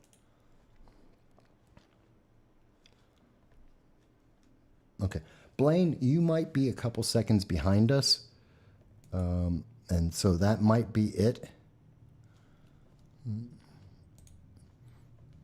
But I can tell you that there is no channel that I have that has any sound going at this moment. So, yeah, there's nothing on my side. Nope, that's got no sound either. Okay. Okay, so you might be behind a little bit, Blaine. I apologize to everyone. One guy, and as you can see, I have about 20, 30 windows that are open. I don't know where the sound was coming from. It doesn't usually, that never happens. That's never happened on our channel. Well, that's not true. It almost never happened, so I don't know where it came from. That being said, we will make the best of it as we can. Exact elements. The bill is... Yeah, I have no idea where it's coming from. Let me try and pick up where I left off here. I was talking about... Yeah, what was I? The economy. We were talking about the debt ceiling. And the debt ceiling is going to be very bad. It's affecting every single one of us. It is affecting us all negatively. And I see that only... I was talking about the Air Force. So looking at the Air Force, and we're seeing Joe Biden trip over. And I have to tell you, this installs no confidence into the public at all. This is a bad deal. This is very, very important. Because Joe Biden is... I don't know what the word I would use for it. Joe Biden is he lacks confidence. He does not instill confidence in the American people. When he starts tripping over and everybody's looking at this, he's standing in front of the sandbags. So the news media is trying to convince you that on this flat surface, standing in front of the podium, standing in front of the speakers that are there for the podium, that he somehow tripped in it. But you can see this. He's in front of that. He doesn't trip on that. He trips on nothing. And that makes everyone have less confidence. This is one of the reasons why China is not afraid of trying to confront the U.S. Navy.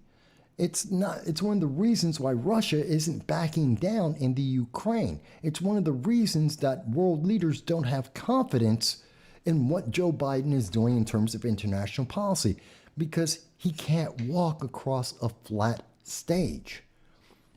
It's all connected here. because he's so conflicted. I mean, we see Hunter Biden is still dragging him down. He is in a bad position because he's a bad president. And I think that's a very important thing. I mean, when we think about Hunter Biden, right now they're even trying to convince people that Hunter Biden should be released. The Democrats are really insidious right now. They know Joe Biden is weak. They know that Hunter Biden is one of the reasons why he is weak. And so their answer, rather than trying to address whether or not he's healthy, rather than addressing the fact that his financial and economic policies have all failed, rather than trying to address every other issue, what they're trying to do is they're trying to convince you you're the bad guy and that you need to protect the Biden-Harris administration. There we go. That you need to protect the Biden-Harris administration, that you're the problem in the whole thing. As an example, if you're in favor of the Second Amendment, they're trying to say that you should be supporting Hunter Biden. Hunter Biden, who is a convicted criminal, who is not supposed to own a firearm, who lied on a federal document, who got an illegal firearm and then disposed of it behind a school behind a elementary school for children, endangering their lives and the public. Who knows? Some crackhead or some criminal dumpster diving found that gun and may have used it in crimes. We will never know because the FBI, the Biden-Harris administration, want you to think that you're supposed to support him. I don't know a single gun owner in America, 165 million people. I don't know anyone who says that someone who is so irresponsible with a firearm that he threw it out in the garbage behind children should ever have a firearm. I'm not going to protect that. No one's going to protect that. That's not what the Second Amendment is about.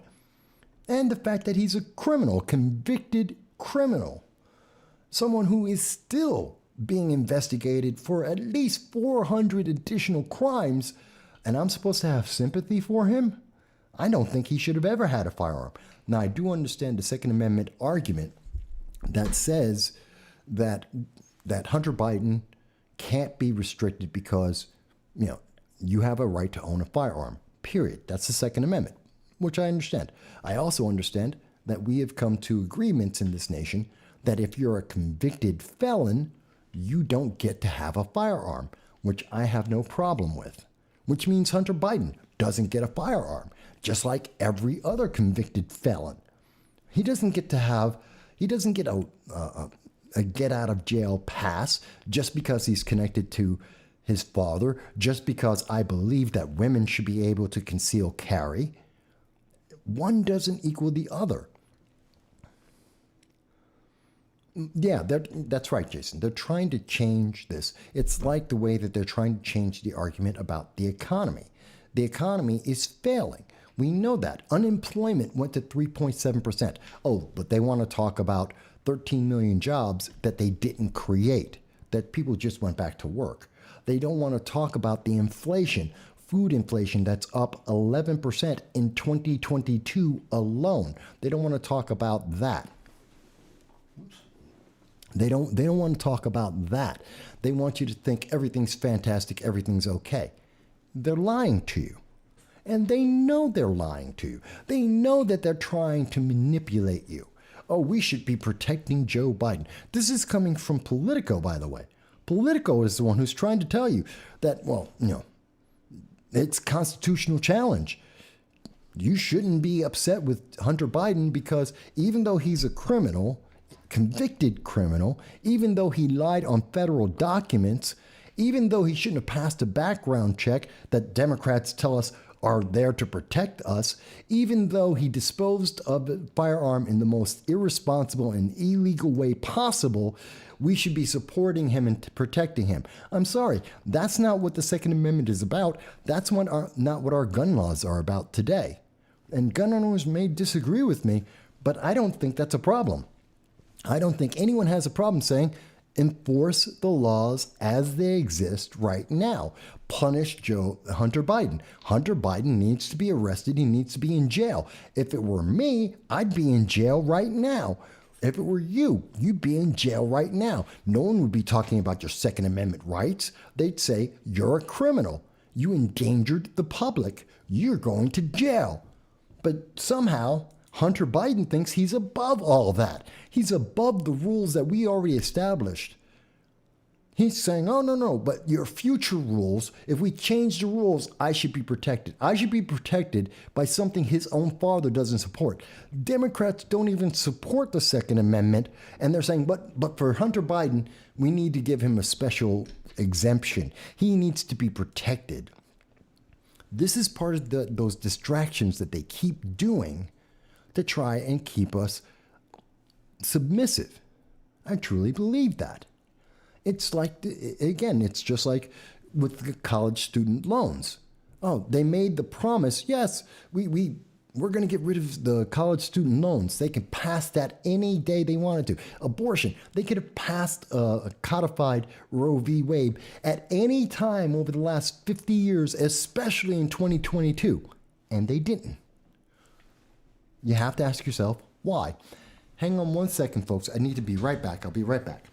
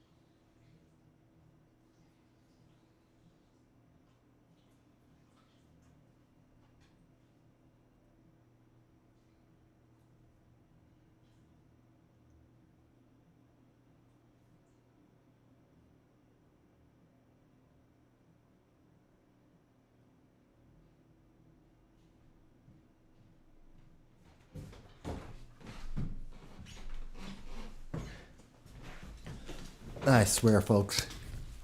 Sorry about that. I swear, folks. Today has been the day of nothing but technical issues all over the place. Don't even know why. So I'm upset about that we see this deception that's going on, that we're seeing Democrats try and twist things, that progressives are trying to twist the laws to benefit themselves, but not you, not me, to give themselves more power and to protect their friends and their allies, but not to protect you, the American people.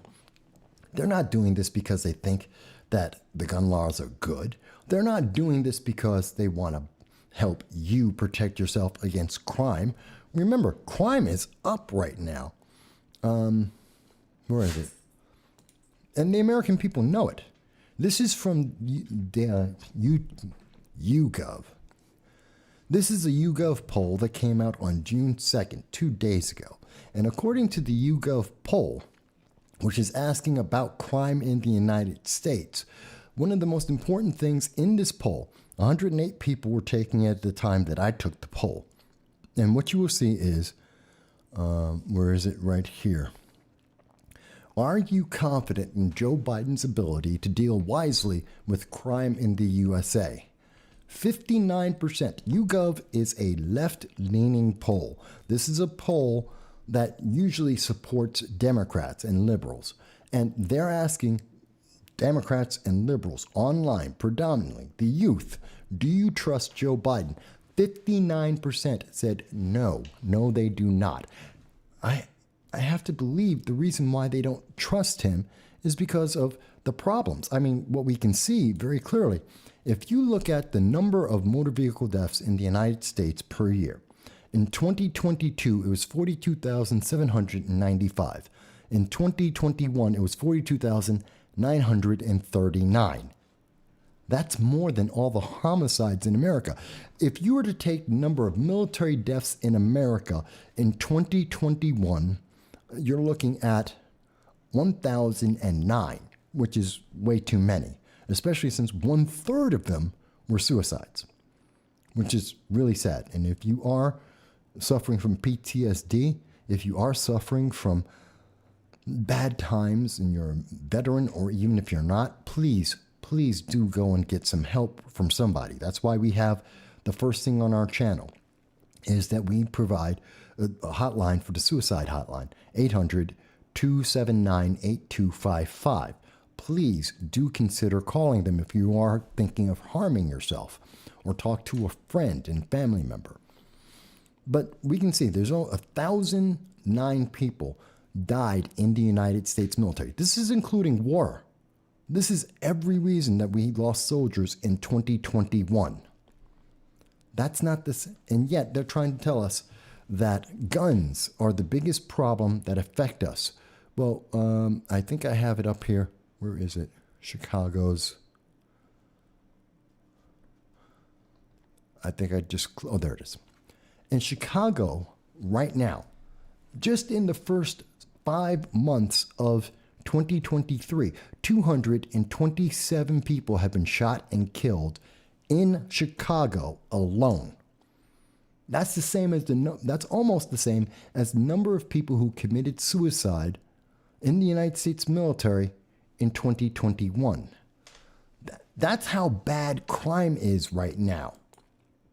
We have more crime that is causing a danger, and they want you to think that the problem is because of Hunter Biden not getting his Second Amendment rights. Does that make sense to anyone?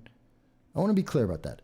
They want you to protect Hunter Biden because Joe Biden, the man who can't walk across a flat surface without falling over, is tough on crime.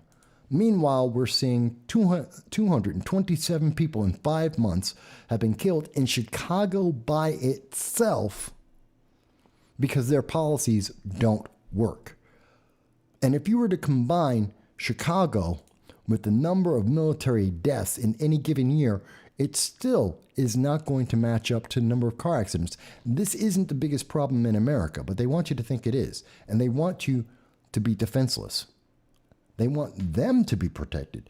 That's why Cori Bush has private security. That's why BLM Patricia Cullors has private security. That's why Nancy Pelosi and Chuck Schumer live behind gated communities and walls, AOC. You have to suffer. They don't.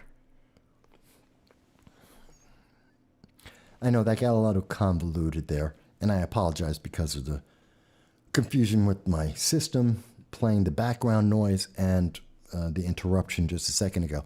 I apologize for that.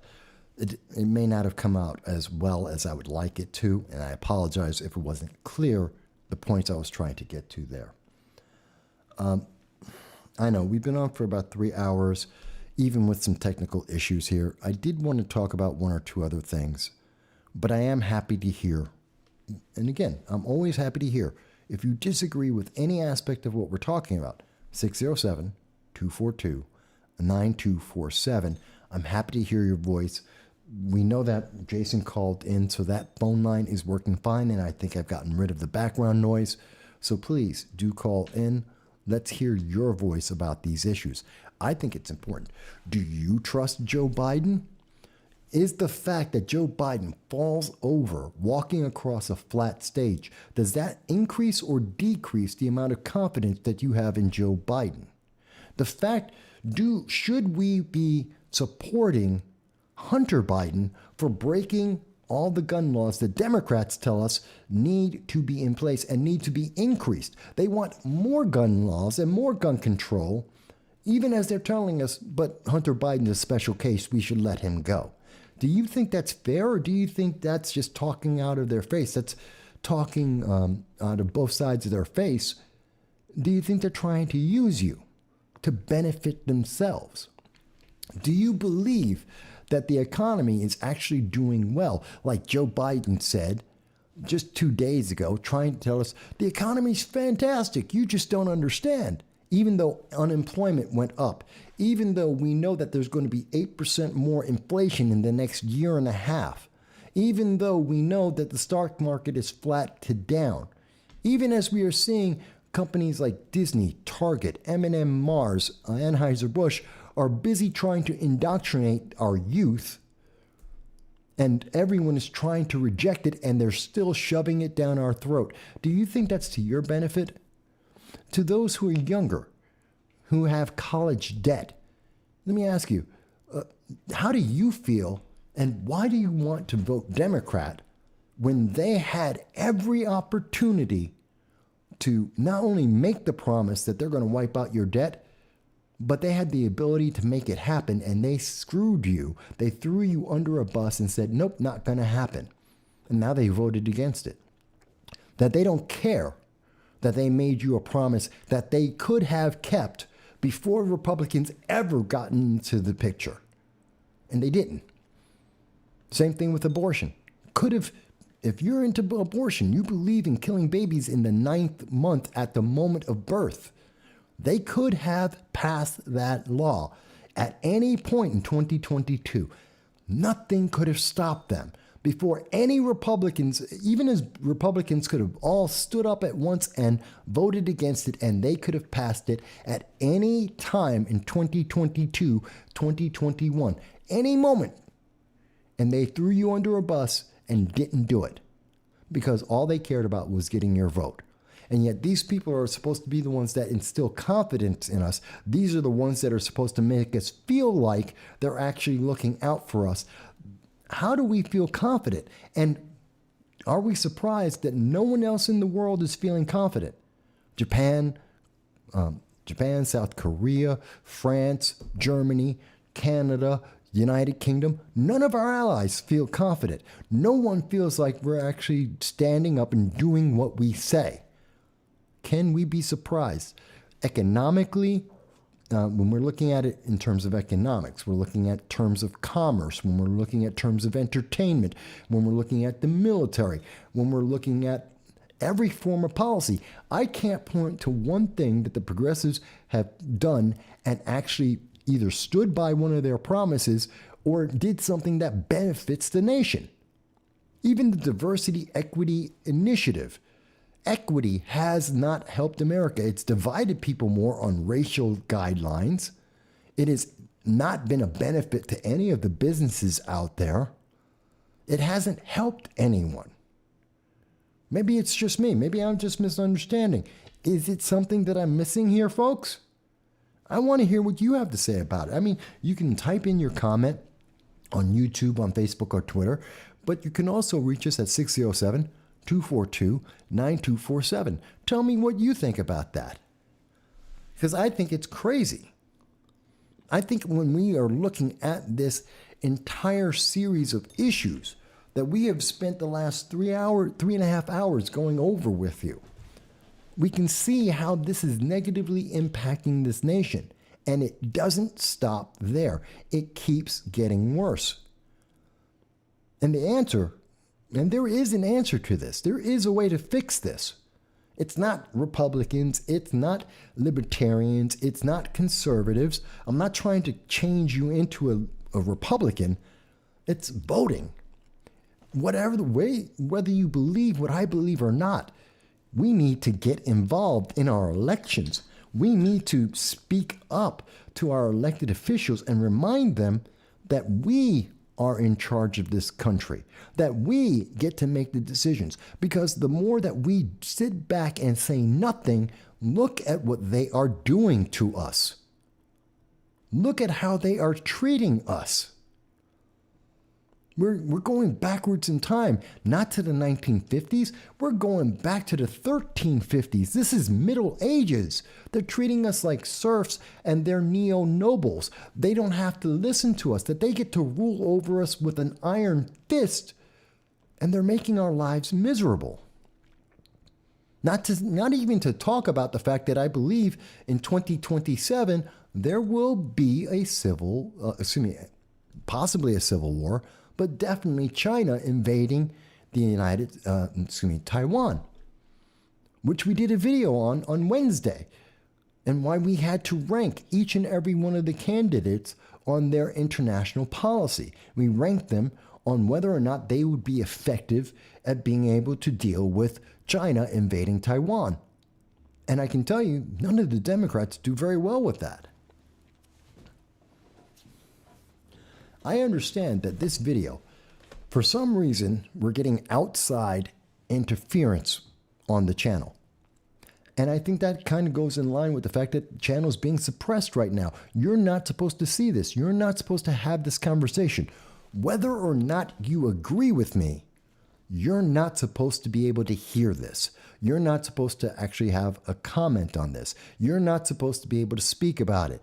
God forbid, I'm not supposed to show you this or let you know that I am a black conservative Republican. These are anathema to the control of your life. And that's why they always want us to be silent. Well, I'm happy to speak up. It may not be perfect. And God help us, we all know this channel is not perfect. And I am not a perfect person, nor do I pretend to be. But I am someone who's saying to you, we need to think about this. We need to have these conversations, and we need to reassert ourselves as the true leaders of our government. Not Chuck Schumer, not Nancy Pelosi, not Biden or Harris, not McCarthy or McConnell. None of them. They're not our leaders. We are. It's truly incredible to me.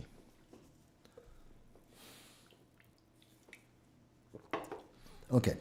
Everything got a little bit confused in the middle there. Got a little thrown off. I'm going to include all the links that I can back into the description so that you'll be able to see it whether you're watching the show on Rumble or whether you're watching it here on YouTube or Facebook or Twitter. You'll be able to see all the links that we've had in trying to have this conversation, all the things that I was trying to talk to you about, so that you can review it for yourself, so that you can see the data coming from the United States government, coming from the left-leaning media on all of these issues, so that you can evaluate this and hopefully so that you can go to your elected official, whether they're a Republican, a conservative, a libertarian, a Democrat, or a progressive, and to tell them what you think they need to do because they are your servant. That includes Joe Biden. They serve you, not the political parties, not ESG, not the WEC or the WEF, none of those.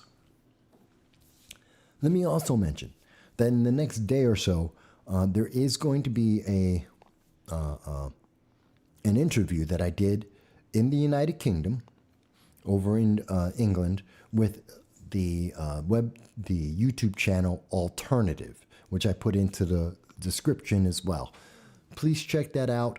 It's a very informative conversation about all of the issues that are affecting us over the last several months since the beginning of the year.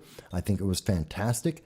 And I will be having a conversation about everything that's happening in the United Kingdom and the United States politically and personally once per month with Alternative out of the United Kingdom. I think it's going to be a wonderful month. We're going to do it at least once a month, having an international conversation about all the issues where they're talking about the United Kingdom and we're talking about the United States and how this is affecting both of us. I hope you will check that out. I look forward to that. In the meantime, of course, I will be moving, as we know. Any day now, they're going to come to the door and they're going to ask for my keys. I don't know what day that's going to be. I expected it to be Friday. They didn't show up, so I got a little extra time, hopefully until the 13th of this month. I'm going to try and keep the channel going with the normal consistency until the day they do take the keys. And then I'll be in New York City at least for a little while. There are several people who are trying to help, and we want to thank them for that.